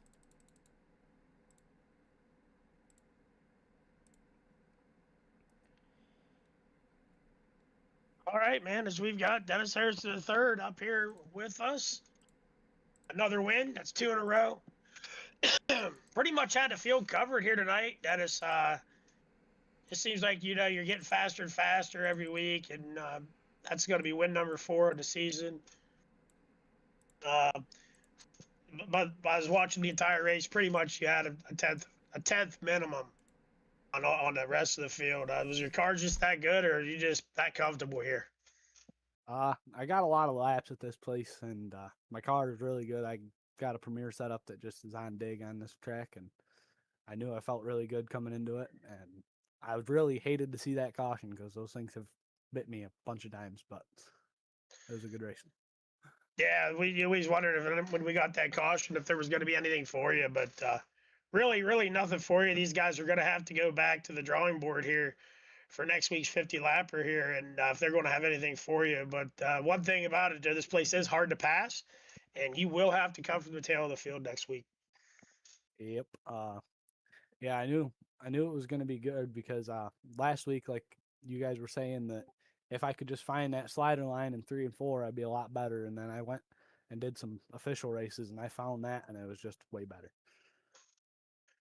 All right, man. Well, congratulations on a pretty dominant performance. Who would you like to thank here tonight? My girlfriend, my kid, my brother, and my parents, and Pierce Steel. All right, Dennis. Sure we'll be seeing you back up here again. Putting on a good performance. Like you said, coming from the back next week, ought to be excited to watch. Thank you. All right, coming home in second. Was able to fight his way up through there. Had a heck of a battle with Brady, and once he got up there, though, pretty much didn't have much for Harrison tonight, but still a good, solid second place. Congratulations, John. Yeah, thanks. I knew with Harrison starting on the point, he was going to shoot out of a cannon. I wasn't catching him. So I was fighting tooth and nail just to get up as far as I could, and then that late caution come out, and I hadn't been saving any tires. I knew I wasn't going to have anything for him. So just at that point, I was trying to defend my position, whether it was from Brady or I looked up at that caution and saw Joyner was coming. So I knew if I left the outside open, I'd probably see that white number 1 go blowing by me on the high side. But yeah, I mean, second place, I'll take it. This isn't one of my better tracks, so I guess I can't All right, complain. John. No, can't complain for second if it ain't one of your favorite tracks. I know. Be very satisfied with podiums when I have a track that I'm not that good at. So, anyhow, who would you like to thank here tonight? I just want to thank my wife for supporting me with everything I do here on the sim, and she had a good run, and I was hoping to finish one better than she did, but unfortunately we'll both come home the bridesmaid. And thank you guys for everything you put into this and giving us a place to come out and run and have a ton of fun. All right, Schmill. Well, that's another good points night for you to keep capping off that points lead. And I'm sure we'll see you back here. Yep, thanks guys. Colton Jordan, what a dog fight there for that third position between you and Brady. I know Brady hasn't been on the talk this year, and I think he gave you a pretty good elbow on that last lap, trying to take it back from you, but you were able to recover and hold on for third. Good run. Yeah, I got held up there a little bit early in the race there. I didn't mean to do that to Anderson there. Just was trying to run the high side there early as possible because I knew it was going to get slick fast. Yeah, it just kept picking away at him, one by one. Yeah, I thought Riesinger there, he was glued to the bottom. I just had to wait for him to make a mistake, and then that just got us there for the caution there. And yeah, I was able to get Brady there and yeah, get a top 3. Yes, that's a good run there. It's funny you mentioned about getting Riesingers. I just did the announcer's curse and said how well he was moving up through the field on the bottom. A lot of guys running the top, and he bobbled, and you passed him on the bottom. So I said, I need to keep my mouth shut. But either way, coming up on the restart, you're really good on restarts, and you were able to take advantage of Brady on the restart, get a run on the bottom as the top started to get way out there. It started to equal things up just a little bit by the looks of things there, and that was able to you were able to squeeze by him there. So good run for third. Yeah, thanks. Anybody you'd like to thank here before we close her out? I'd like to thank you guys for putting this on, HighLine Designz, my parents, and everybody else that watches. All right, man. Well, thanks for supporting us and coming out, and I'm sure we'll see you back up here again. Thanks. Tyler, any idea on the Newcomb Automotive hard charger? I'm gonna think with the outside row moving up for Colton Joyner. I think it's gonna. I mean, not a lot of passing here tonight. I think it's gonna be actually Jonathan Smeal. He comes from 4th to 2nd, picks up 2 spots. Riesinger, he came from 6th to 5th. And Joyner came from, I guess Joyner is going to be Joyner because he came from the back. So I lied. Colton Joyner. Colton All right. Joyner, he goes all the way back to 10th, makes it up to 3rd. So that's a pickup of 7 spots. So really the only mover and shaker was was your driver who had to find his way to the tail of the field. And like we see him do, he's able to fight his way up to the front with a clean race car to boot at the end. So congratulations to him on the 3rd place run and getting on the back row powder coating podium, and also picking up the Newcomb Automotive Hard Charger. Yeah, not an easy thing to do here at all. So good job to Colton Joyner. All right, well, I think that's time for us to have another brief intermission as we get ready to do some KDJ Etched Design Big Block Modified Racing. And that is going to be at... Where are we at? I'm having a little mental breakdown here. Is that right? That's right.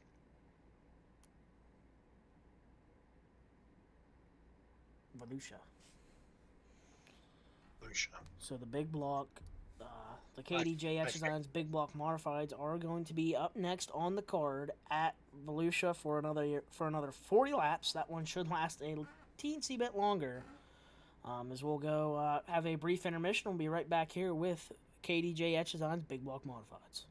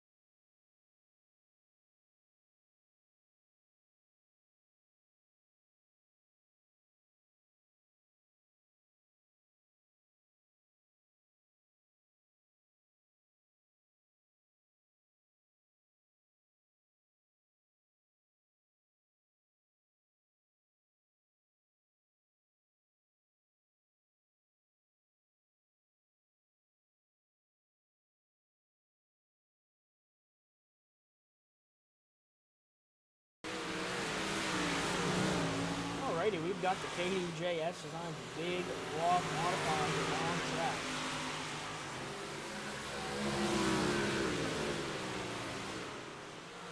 Really good lap for Colton Probst as he's almost a whole tenth faster than the rest of the field right now. The only guy down in the 15-second bracket with a 15.912.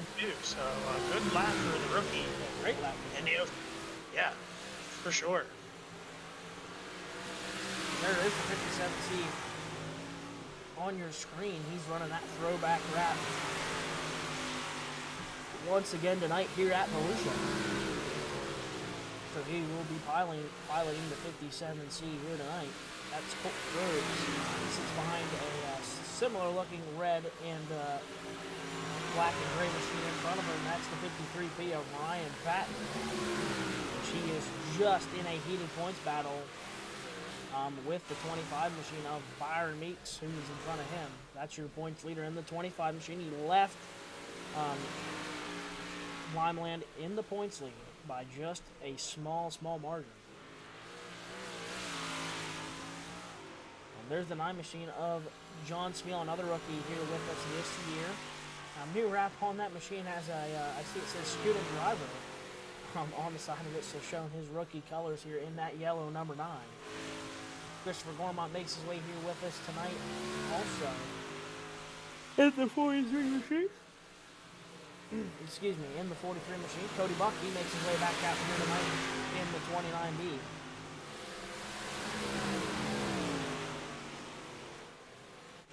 If you look at, aside from Colton Probst, if you look down through them lap times, though, I mean, very, very close, within 5.0. Oh, man, I don't even know how to say that. Put it 16 O's from second all the way down. Oh, wow. Even John Smeal with Hundreds. a 16-0 Hundreds as of seconds. yeah, hundreds of seconds. It's like definitely John Smeal in his rookie season, like, he's struggled at the smaller tracks, but he's starting to get the hang of these bigger tracks. He's got some speed there, that number 9. Yeah, it definitely is. Ryan Patton just 1,000 quicker than Cody Buck. I mean, Cody Buck only 60 thousandths quicker than Byron Meeks, and that doesn't fall off much by about 300ths to where the newcomer is only 3 thousandths quicker than rookie John Smeal. So like you said, these cars under a blanket from second to 6th. Colton Probst, he's got a fast hot rod here tonight. Like we said, he's about a tenth quicker in that 57C machine. Christopher Gormont a little bit behind the 8 ball, looking for a little bit of speed in that 43 machine.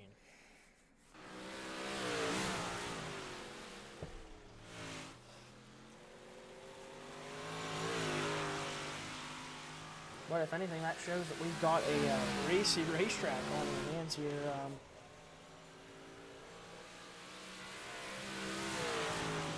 Coming up. Yeah, 40 circuits around here. This track's going to change a little bit.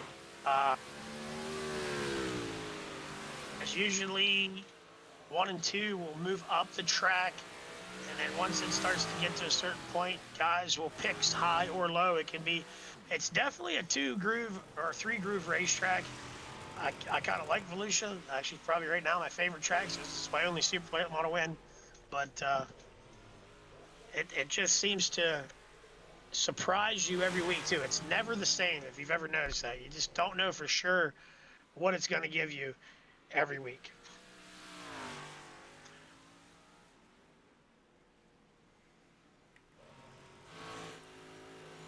I remember a time when you and I ran a 358 modified series here, and one week we're battling for the win, and the next week you rolled around me like I was on jack stands. It didn't change a thing, and it was just the track surface changed and fit right your car, and you were on the bottom just digging. And it was like, that's when I learned that Volusia Speedway, it definitely has a different surface week in and week out. Yeah, Volusia's just never the same track. I mean, you come to Volusia, and I mean, a track that really, I mean, you see that berm out there. I mean, that cushion is sometimes so, I mean, just so much grip on that cushion. Really. It just starts to get flattened off, and all of a sudden, right through the slicks fast, or right around the tires, and you feel like you can't get a hold of nothing one night, and the next night you feel like there's so much grip out there that you're on a hammer-down racetrack, and it really just never stays the same. Yeah, that's for sure. It looks fairly tacky out there tonight. You know, I mean, I'm not out there on the surface driving. Just by looking at it, these cars are sticking pretty well wherever they point their nose at. Able to turn down the hill pretty easy. But that can change after the heat races. You never know.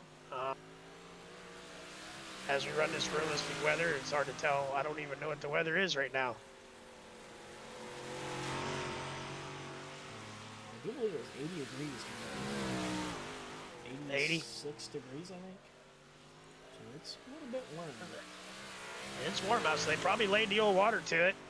And it's tacky, but it might dry up here as these hot laps and heat races go through. And even though it's only 40 laps, we could start finding it where we have to either move to the top or bottom here to be faster out here. Yeah, I like to see that top be pretty dominant until about halfway, and then I think the track's really going to widen out.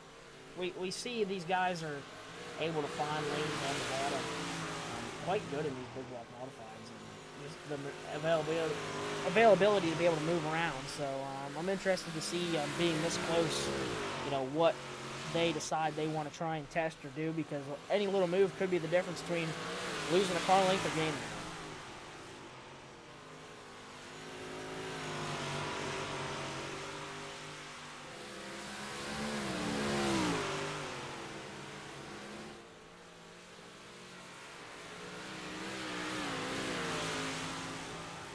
We're going to find out here in just over 2 minutes, as we're down to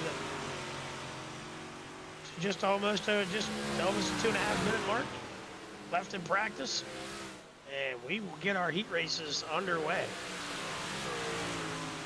A little bit of a lighter car count here tonight. This is 7 machine of Cody Schultz along with Jeremy Briot also not making the call here tonight. The Mundurf Warrior not with us as well.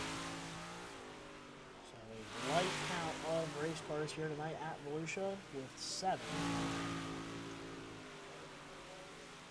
Brand new class this year. I'm hoping that we'll be able to keep it going, but if you know, we can't support the car counts to have at least 8, we might have to rethink things. But we'll have a meeting after the season and see how many guys plan on sticking with this class, and if we're gonna have any new guys, because I like to see that, you know, minimum of 8 cars on the racetrack a night. We started out pretty strong in this class and had a few fall off. Yeah, there's work schedules and things that happen and out of people's hands. You know, we just have to assess it. We want to give everybody a show. We don't want to have heat race size feature fields. Yeah, definitely only 7 cars going to have heat race. Also a little light on the heat races. Just try and bulk up our heat races a little bit. Try and increase that car count. So.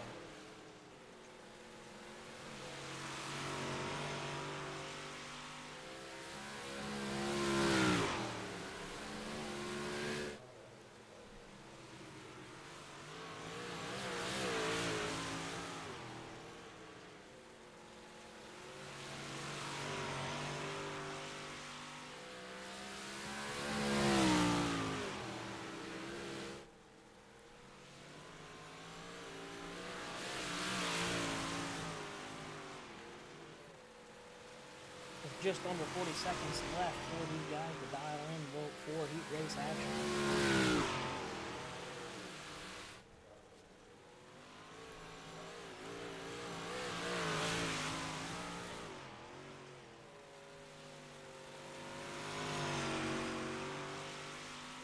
One thing about these cars, they just don't seem to rip a racetrack up like the late models do. And the track seems to stay with mud seems to stay longer for these guys. I'm not sure if it's they don't spin as much with the extra rear weight that these cars have, or what it is, but because they definitely got the horsepower. So not sure why it is, but the track definitely seems to not go away as quick for these guys as it does for like our cars. Yeah, I'd have to say a big part of that also has to come low car counts tonight. Definitely probably a factor through the racetrack. Not transitioning, I mean, those extra 4 tires per car could probably become quite the difference, as we're looking like, from what I see right here, we are going to have a stacked heat race number 1 with the KDJ Designz big block modifieds. Go ahead and start us off on the front row. All right, on the front row, at the 29B. Yep. That is Cody Buck. He's out of Phillipsburg, and outside of him, your quick time in practice in the 57C, that is Colton Probst. Colton Probst out of Clearfield, PA. Inside row number 2 in the 66N, he's got one win on the year out of Punxsutawney, Pennsylvania. That's going to be Orvis Newcomb. Outside of him, your points leader in the 25 machine. That's going to be Byron Meeks. He's out of Uniontown, Pennsylvania. This is a stacked heat for having a 4-car field. Now, this is half of your feature event, and these are all drivers that,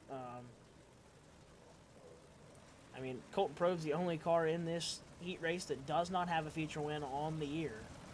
And I tell you what, he's really been starting to continue to knock at the door each and every week, and maybe tonight's his night if he can get a good start here on the outside of Cody Buck, put himself in position.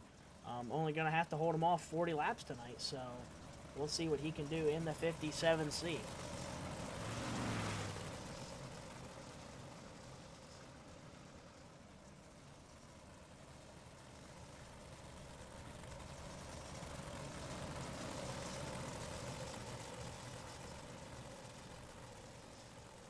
Alrighty, here we go. Big block modifieds. KDJ H9 big block modifieds. Ready to let the horsepower loose here out of turn number 4. Early green flag from the flag before green. Side by side wheel down into turn number 1. Probst's going to try and maybe roll around the outside in the middle. He'll take a peek to the outside of Cody Buck down the back straightaway, but Cody Buck has it right now down into turn number 3. Probst will jump up to that outside groove out of turn number 4, trying to hold on to second. Cody Buck leads right now. Probst opens the door for the 66N to try and take a peek to the inside. Not going to make it happen. Probst will roll to second now to the back end of the 29B machine. Cody Buck trying to hold off that 57. Sees it gets a good run off of turn number 4. Right now, still Buck side by side back there for third. Byron Meeks tries to take a peek to the inside of the 66N. Here comes Probst on the inside down the back straightaway. Probst shows a nose. He's side by side wheel to wheel with Cody Buck. Good move, little bit of a quick slide jump from the 57C. Cody Buck back to the inside. Dead even down into turns 1 and 2. To the outside, Probst's going to try and get a big run on the outside of Cody Buck. Cody Buck tries to drive to the inside, down the back straightaway. Side by side for the lead, 2 by 2 here for heat race number 1 out of turn number 4. Colton Probst racing with the best up front here at Volusia. Out of turn number 2, Colton Probst, your rookie. He'll move to the lead off of turn number 2 down the back straightaway. Cody Buck now under attack, looking to be split from both the 25 and Orvis Newcomb. Right now, he'll hold him off. Colton Probst now your leader. He controls the pace in the 57C. Cody Buck tries to roll to the outside. Here comes Byron Meeks to the inside, trying to make a bid for second now. Out of turn number 4. Colton Probst trying to run away with this one. They're side by set for second behind him. We work lap 7 of 8. Byron Meeks will slide to the middle. Orvis Newcomb looking her way around both of them. Down the back straightaway. Into turns 3 and 4. Out of 4. White flag. Smeal Racing Designs. White flag one more time around side by side for second. Cody Buck has it at the line. Colton Probst trying to pick up another heat race win here with the Instigators. Clearly has a fast car. Was able to get back around the 29B here as he rolls into 3 and 4 for the final time. Colton Probst will pick up a heat race win here. KDJ Etched on heat race number 1. Second, too close to call at the line. It'll be Cody Buck over Byron Meeks and Orvis Newcomb. Tell you what, that had to feel like a feature win for your rookie, as he was able to roll around a multi-feature winner and stay ahead of your points leader. What a run by the 57C. Yeah, definitely. Maybe, I tell you what, maybe looking towards to be his night in the 57C. We'll see who starts outside of him right now. Is on the pole of this one. I'll start us off here in the 9 machine out of DuBois, Pennsylvania. That's our other rookie. That's going to be John Smeal. Outside him in the 53P in a heated battle for the points lead. That's going to be Ryan Patton out of Brockway, Pennsylvania. He trails by just a few points to Byron Meeks. And rounding out the field in this one, out of State College, Pennsylvania, in the 43 machine will be Christopher Gormont. Figured I'd just do all three, bud. I don't know. Short That little felt field. like the right thing. Just a cute little field here, 3 cars. So Christopher Gormont, I tell you what, he'll get his choice of lane there on that second row. So we'll see how crafty he gets here on this restart. But now Ryan Patton, he's been strong all year. You got to wonder if maybe he's going to have the jump on the outside, get this heat race in his hand here, and try and put himself on the front row to try and gain a few points over Byron Meeks, as Byron Meeks ran third in that previous heat race. So looking to grab 2 points here on your points lead.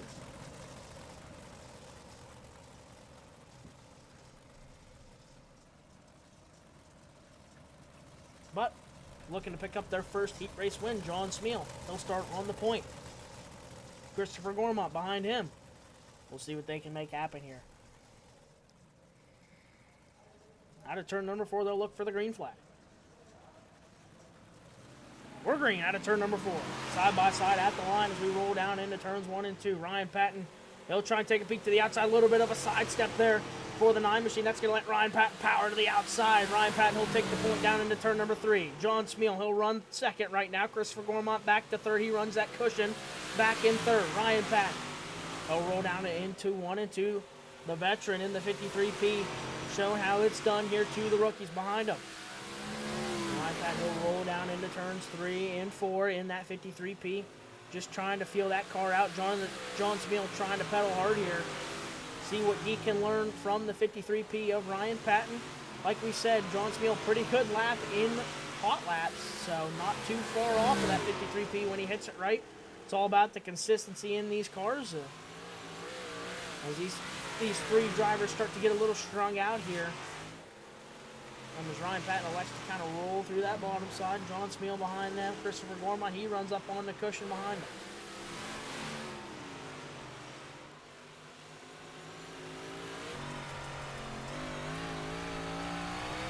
We'll take a ride along with your rookie in the 9 machine.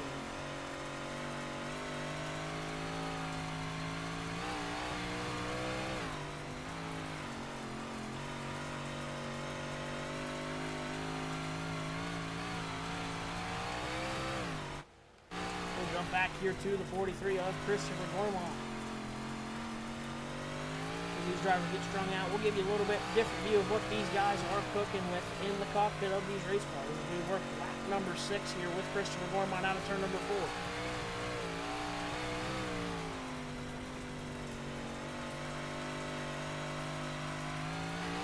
We'll jump up with Ryan Patton as he takes the Smeal Racing Designs white flag one more time around in KDJ Etched Designs big block heat race number 2. He'll roll down through the bottom of 1 and 2, up off of turn number 2, down the back straightaway for the final time. He'll grab a handful of the cushion through 3 and 4, out of turn number 4. Ryan Patton, he will win heat race number 2. Second is going to go to John Smeal, and third to Christopher Gormont.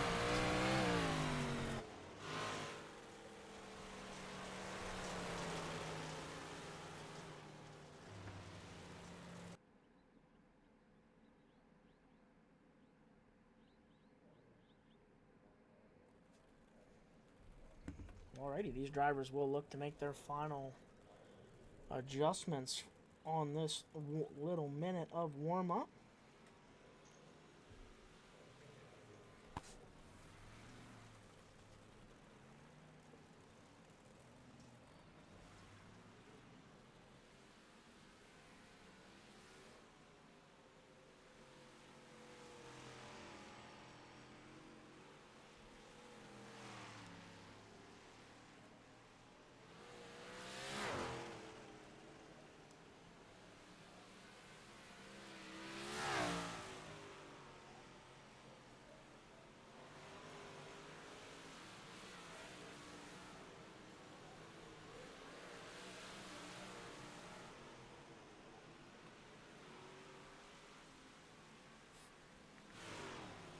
That will be the checkered flag for your warm-up.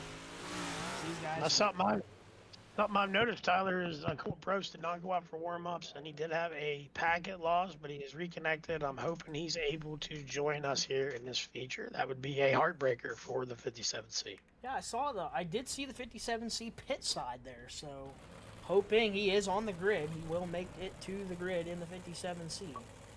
I'm glad to see that, as I was worried about that when I saw that packet loss. Definitely something that happens here on mechanical failures, but luckily he seems to got it figured out, and he will make the grid. So why don't you go ahead and start us off here with our pole sitter. All right, on the pole in the 57C. That is Colton Probst. He's out of Clearfield. Outside of him in a 53P. That is Ryan Patton out of Brockway.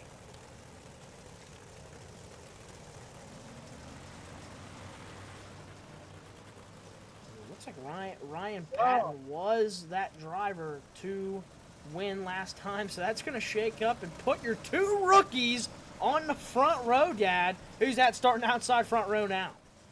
Oh, that really shakes things up. And out of Du Bois, your other rookie, then the number 9, that'll be John Smeal outside your front row.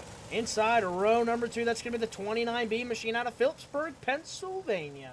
That's going to be Cody Buck. Outside of him, out of State College, PA, in the 43 machine. Best start all year. That's going to be Christopher Gormont. Inside your third row, you got your points leader, that 25M out of Uniontown, Pennsylvania. That'll be Byron Meeks, Squeaky, as they like to be called. Outside of him, out of Punxsutawney, in the 66N, that is Orvis Newcomb. Rounding out your field, having to make his way to the rear of the field after winning last time we were at a weekly track. That's going to be Ryan Patton out of Brockway, Pennsylvania. He's looking to gain a couple points on the 25 machine sitting in front of him. We get ready to turn him loose. Colton Probst, he's on the point. He'll control the pace to the green. Outside of him, another rookie. So your rookies make up the front row. They've got the horsepower, and they're ready to put her to the floor here out of turn number 4. Good clean start here out of turn number 4. The rookies side by side down into turns 1 and 2. Probst, he'll turn the car on the bottom side. John Spiel, he's going to slip up a little bit there. He'll try and roll back around the outside of Probst here down the back straightaway.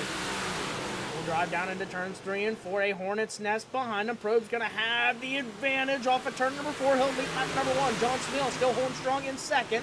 Here comes the 25 machine of Byron Meeks. He'll take a peek to the inside for second right now. Cody Buck behind the 9 machine down the back straightaway. Meeks will move to second here early in this one. Now we're 3 wide back there. Cody Buck through the middle. Ryan Patton trying to go to the inside of Orvis Newcomb now. Oh, John Spiel catches a little bit of concrete there. He'll fall back to the back of the field now. Back up front, Colt Probst still your leader in the 57C. Byron Meeks, he's making that bottom work just a little bit better right now. Peeking nose to the inside of the 57C. Probst will lead lap number 3 now as we work lap number 4. Byron Meeks, not a driver you want to get in front of you here early in this one. Probst's going to try and roll around the outside there, side by side down the back straightaway. Byron Meeks trying to take it away. Out of turn number 4, Byron Meeks, he's going to have the spot into turn number 1. Byron Meeks, now your leader. He'll slide to the middle of the racetrack. Second place, Colt Probst now. Third place, Cody Buck. Ryan Patton, he works up to 4th now. Probst's not going to go away in the 57C. We work lap number 5 already of 40. Colt Probst, he's been looking to be able to have a conversation with us all year long. Could tonight be the night he runs in the back road powder coating Codium right now. Byron Meeks, your leader. Second place, Colt Probst. Third place, under contest. Cody Buck, Ryan Patton, they go at it. We roll him down into turns 1 and 2. Cody Buck trying to roll down the bottom. Here comes Ryan Patton around the outside. He'll get a good run down the back straightaway. Big nose to the outside of the 29B.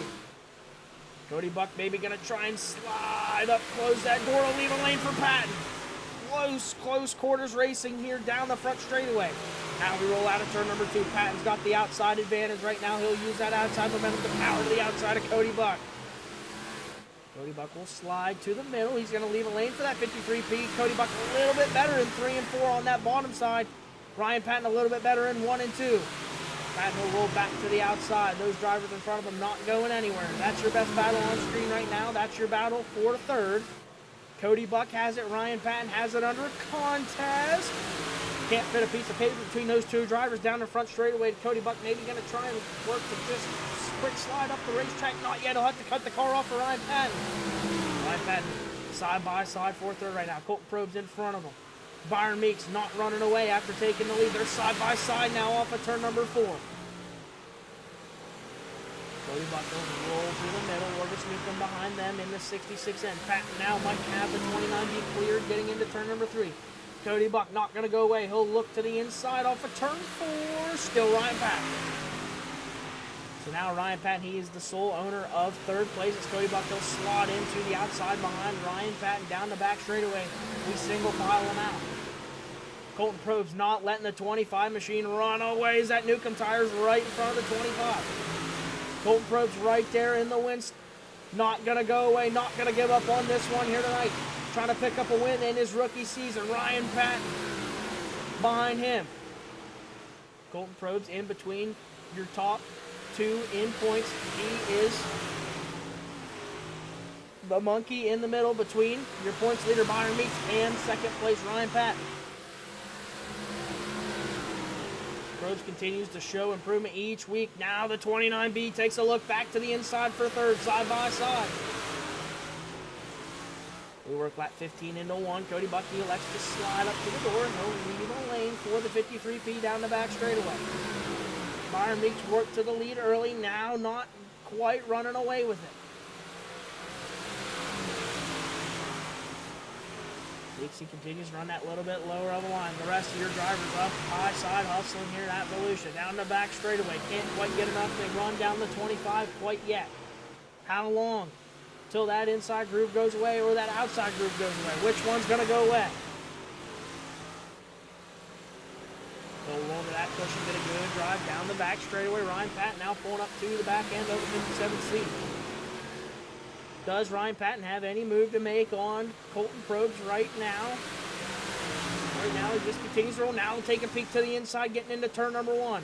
Probst to the outside, Ryan Patton to the inside. Off of turn number 2. Probst still has it as we work into turn number 3. Cody Buck maybe going to try and take advantage to try and roll around the outside of Patton. Not quite. Patton now side by side for second on the inside of Probst. They're both trying to run down the 25 machine of Byron Meeks. They go hand in hand. Cody Buck, he's to the rear deck lid of the 57C now also. There's a big cut down from the 29 machine. He'll have to get out of the gas. Miss out on the Newcomb tire. Looked like Probst got a little bit tight there. Almost caught the concrete. He'll hold on to it. Here comes Cody Buck trying to make it 3 wide middle off of turn number 2.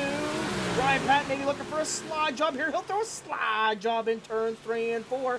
3 wide here momentarily off of turn number 4. Cody Buck to the inside of Probst now.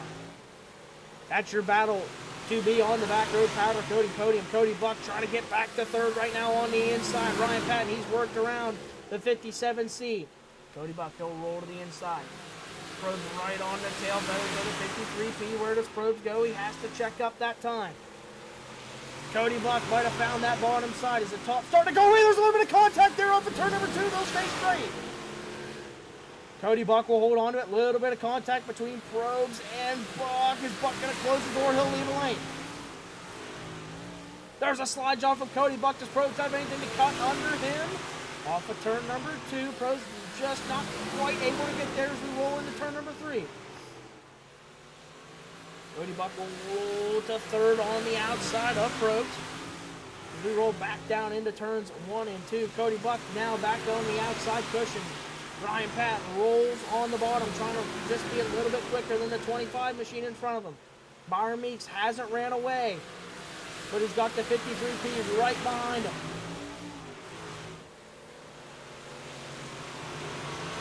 Cody Buck looking for a little bit on the outside. We are over halfway now in this one. Cody Buck rolls to the rear bumper of Ryan Patton. Does he have anything for him? Any position that separates these top 2 is a points gain or loss. Patton pedaling hard right now, trying to find a way. Cody Buck just trying to be a little bit higher than Ryan Patton off of turn number 4. Patton leaves the lane. Cody Buck trying to roll to the outside. He'll grab a handful of cushion off of turn number 2. He's going to have a huge run down the back straightaway. Can he get there? Ryan Patton, he's going to throw a slide job. He'll slide back up to that cushion now. He'll close the door. Cody Buck going to try and cut down. Not enough momentum for him. He'll look to the inside, getting into turn number 1. Not quite enough to make it happen.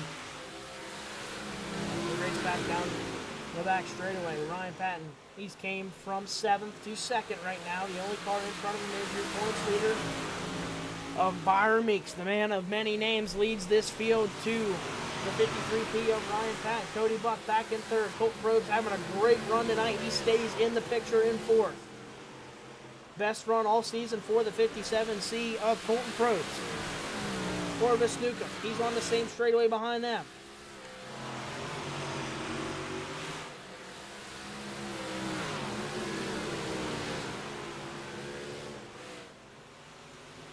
I'll tell you what, Dad, this track pretty locked down right now with where these guys can really maneuver. Yeah, it seems like it is. Sometimes it looks like a little bit of a cut down's faster, but then next lap it looks like they lose a little bit of grip. So I think it's just a guy that's pedaling and using his throttle control the best and keeping the car straight. And he gets the better run right now. It's pretty, like you said, pretty locked down with the groove it's in. Everybody kind of the same speed right now, but maybe Ryan Patton, eyeball test, might say he's trying to close that gap right now as he runs a little bit higher on the racetrack than Byron Meeks. Eyeball test says, yes, we'll see here as he starts to try and pull a gap on the 29B machine. Lap traffic ahead of your leaders. Christopher Gormott, first car to go, lap down. He's in front of the 25 machine of Byron Meeks. Ryan Patton, he's trying to pedal hard right now as he's within 5 laps to go. We're running out of time. Does lap traffic become a factor? Off of turn number 2. Patton giving everything he can on the outside right now. Christopher Gormott up the racetrack out of the way of Byron Meeks. Where does Ryan Patton go? Ryan Patton rolls his line. Does he have to lift? Christopher Gormott gets tight. That's going to let Patton just kind of sneak to the inside. Doesn't seem like he lost a whole lot of ground. Patton will slide back up to the cushion in 3 and 4. Does he have enough grip to try and make a run at the 25 machine? Sand is running out of the hourglass. Ryan Patton pedaling hard in the 53P. Off of turn number 2. Good run for Byron Meeks off the bottom.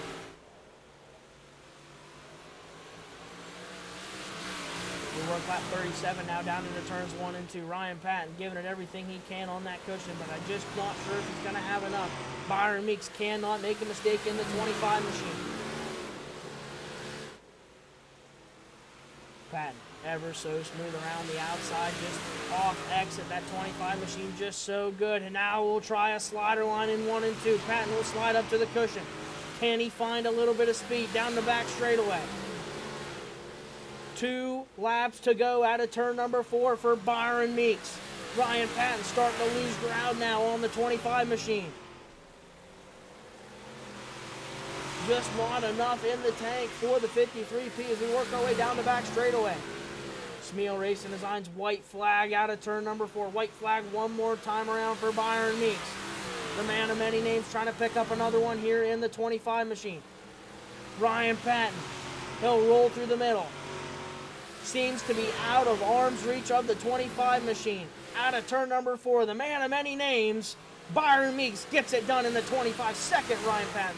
Third's going to go to Cody Buck. Fourth with a great run, Colt Probst. Fifth, Orvis Newcomb. Then it'll be John Smeal, 6th, and Christopher Gormott comes home 7th.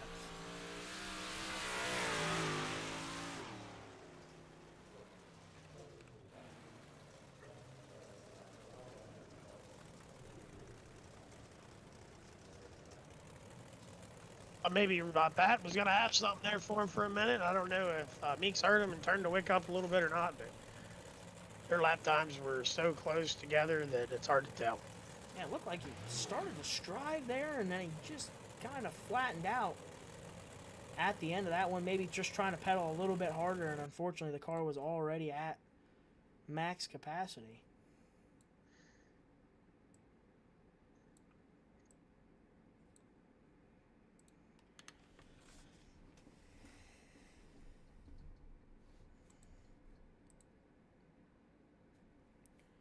As I do believe our Newcomb Automotive hard charger of the race is going to be Ryan Patton. He comes from 7th to 2nd.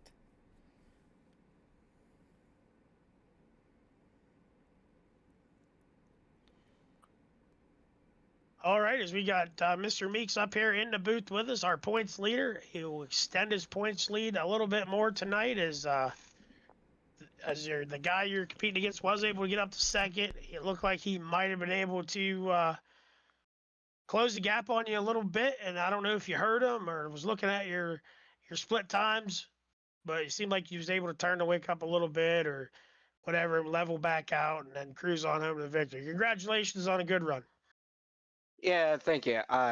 Yeah, I noticed he was catching me. He like shaved half a second off there towards the end, and I was like, man. And I didn't know where to be being out there, and being a leader, it's kind of tough to know where you got to be at. Oh, yeah, being a leader a lot of times feels like a sitting duck, and you go back and look at the tape, I'm sure you're going to see you were pretty much the only guy locked on the bottom. They were trying to get the momentum on the top. It looked like they'd get a run one lap. The next lap, we'd pull them off the bottom, and lap times would come back and forth. It was a overall really good race, and you did a good job getting to the lead and able to hold it and bring home another win. Yeah. The bottom was definitely where I wanted to be at, and I'm not very good at the top here, and I just pretty much set myself up for the bottom and was able to work out. All right, man. Well, good run. Who'd you like to thank tonight? Like always, thank you guys for putting this league on every week. It's always fun racing with these guys, and it's tough competition. We used to have a decent amount of guys that raced with us every week, and now it seems like it's just a couple. Same 7 guys every week, and it's tough to we don't have as many cars to pass from the tail anymore, and these guys are still racing side by side, having fun, and everybody that helps on the car, and that's it.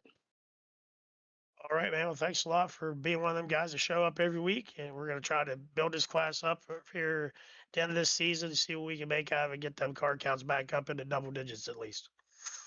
Appreciate it, guys. All right. Well, your Newcomb Automotive Hard Charger, Ryan Patton, comes home in second. Good run, Ryan, as you were able to get up to that second spot. Looked like you were able to start closing the gap. Then it just kind of leveled out there at the end. It was stalled out there, but heck of a run. Yeah, the car felt really good on the top and on the bottom too. But that top line carrying the momentum and stuff around the track, I knew I was catching a little bit, and then that lap car, I just couldn't get it back after that.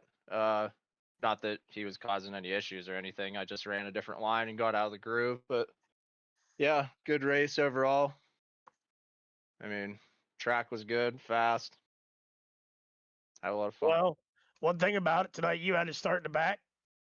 He was able to gain a little bit of points, but guess who has to start in the back next week? So, so I could go back your way next week as you're in that heated points battle. But only time will tell as we run 50 laps next week, and still to come from the rear of the field, get the hard charger award, get second. It was a great run. Yep. Anybody you'd like to thank here tonight? You guys, same as every week. Everybody in this class, and my family for letting me do this every Tuesday night. All right, bud. Well, we'll probably see you back up here again, and good run. Thank you. Cody Buck, good solid run.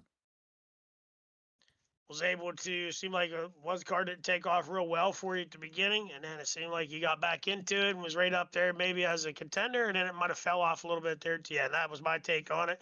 But what was your take on your run tonight? Honestly, I'm not too good at this track. I have a hard time here. I can never find that happy medium spot here at all. I felt good there at the start of the race, and then it just kind of went away completely. Like I didn't have anything. I started falling back, and then it came back, and then it went away. So I got to figure something out for next week here. Well, it's still a podium finish, and you're still doing anytime you can get up on the podium week in and week out, you got a strong car, and you're running well, and you're staying out of trouble. You don't get podiums by wrecking. So good run here tonight, and congratulations. Thank you. Anybody I'd like to thank before we close her up? You guys for putting this on every Tuesday. It's always good coming in here. It kind of sucks with the car count the way it is, but hopefully we can get it to grow. Yeah, that's the goal. We were just talking about that. It's the first year deal. We lost quite a few guys throughout the season as we had a pretty high car count at the beginning, but hopefully we can get it back up. I'll try her again at least another season, see if we can get it up. If not, we might have to make some changes. But put the word out there to your friends and family and everybody else, and we'll try to get a few more guys in here for next year. Alrighty. All right, well, that'll wrap it up. And send us off, Tyler, as we're getting ready to suit up and go super late model race. Yeah, definitely. Getting ready to switch over here to the Harrison Brothers Welding and Fabrication Super Late Models. Just want to give a good shout out to these top two guys. Byron Meeks, he came from 5th to get that win here tonight. So he picked up picked up a couple spots also, but inevitably, like we said, Ryan Patton, he is your Newcomb Automotive hard charger. So that's both Newcomb Automotive hard chargers have finished second, I do believe, in their respective features. Or no, that was Joyner. He finished third. So the podium seems to be where the hard chargers are. So we'll see if that trend continues here as we get ready to suit up and go racing here. So don't go anywhere, and we'll be right back at you for 50 laps at Oswego Speedway with the super late models.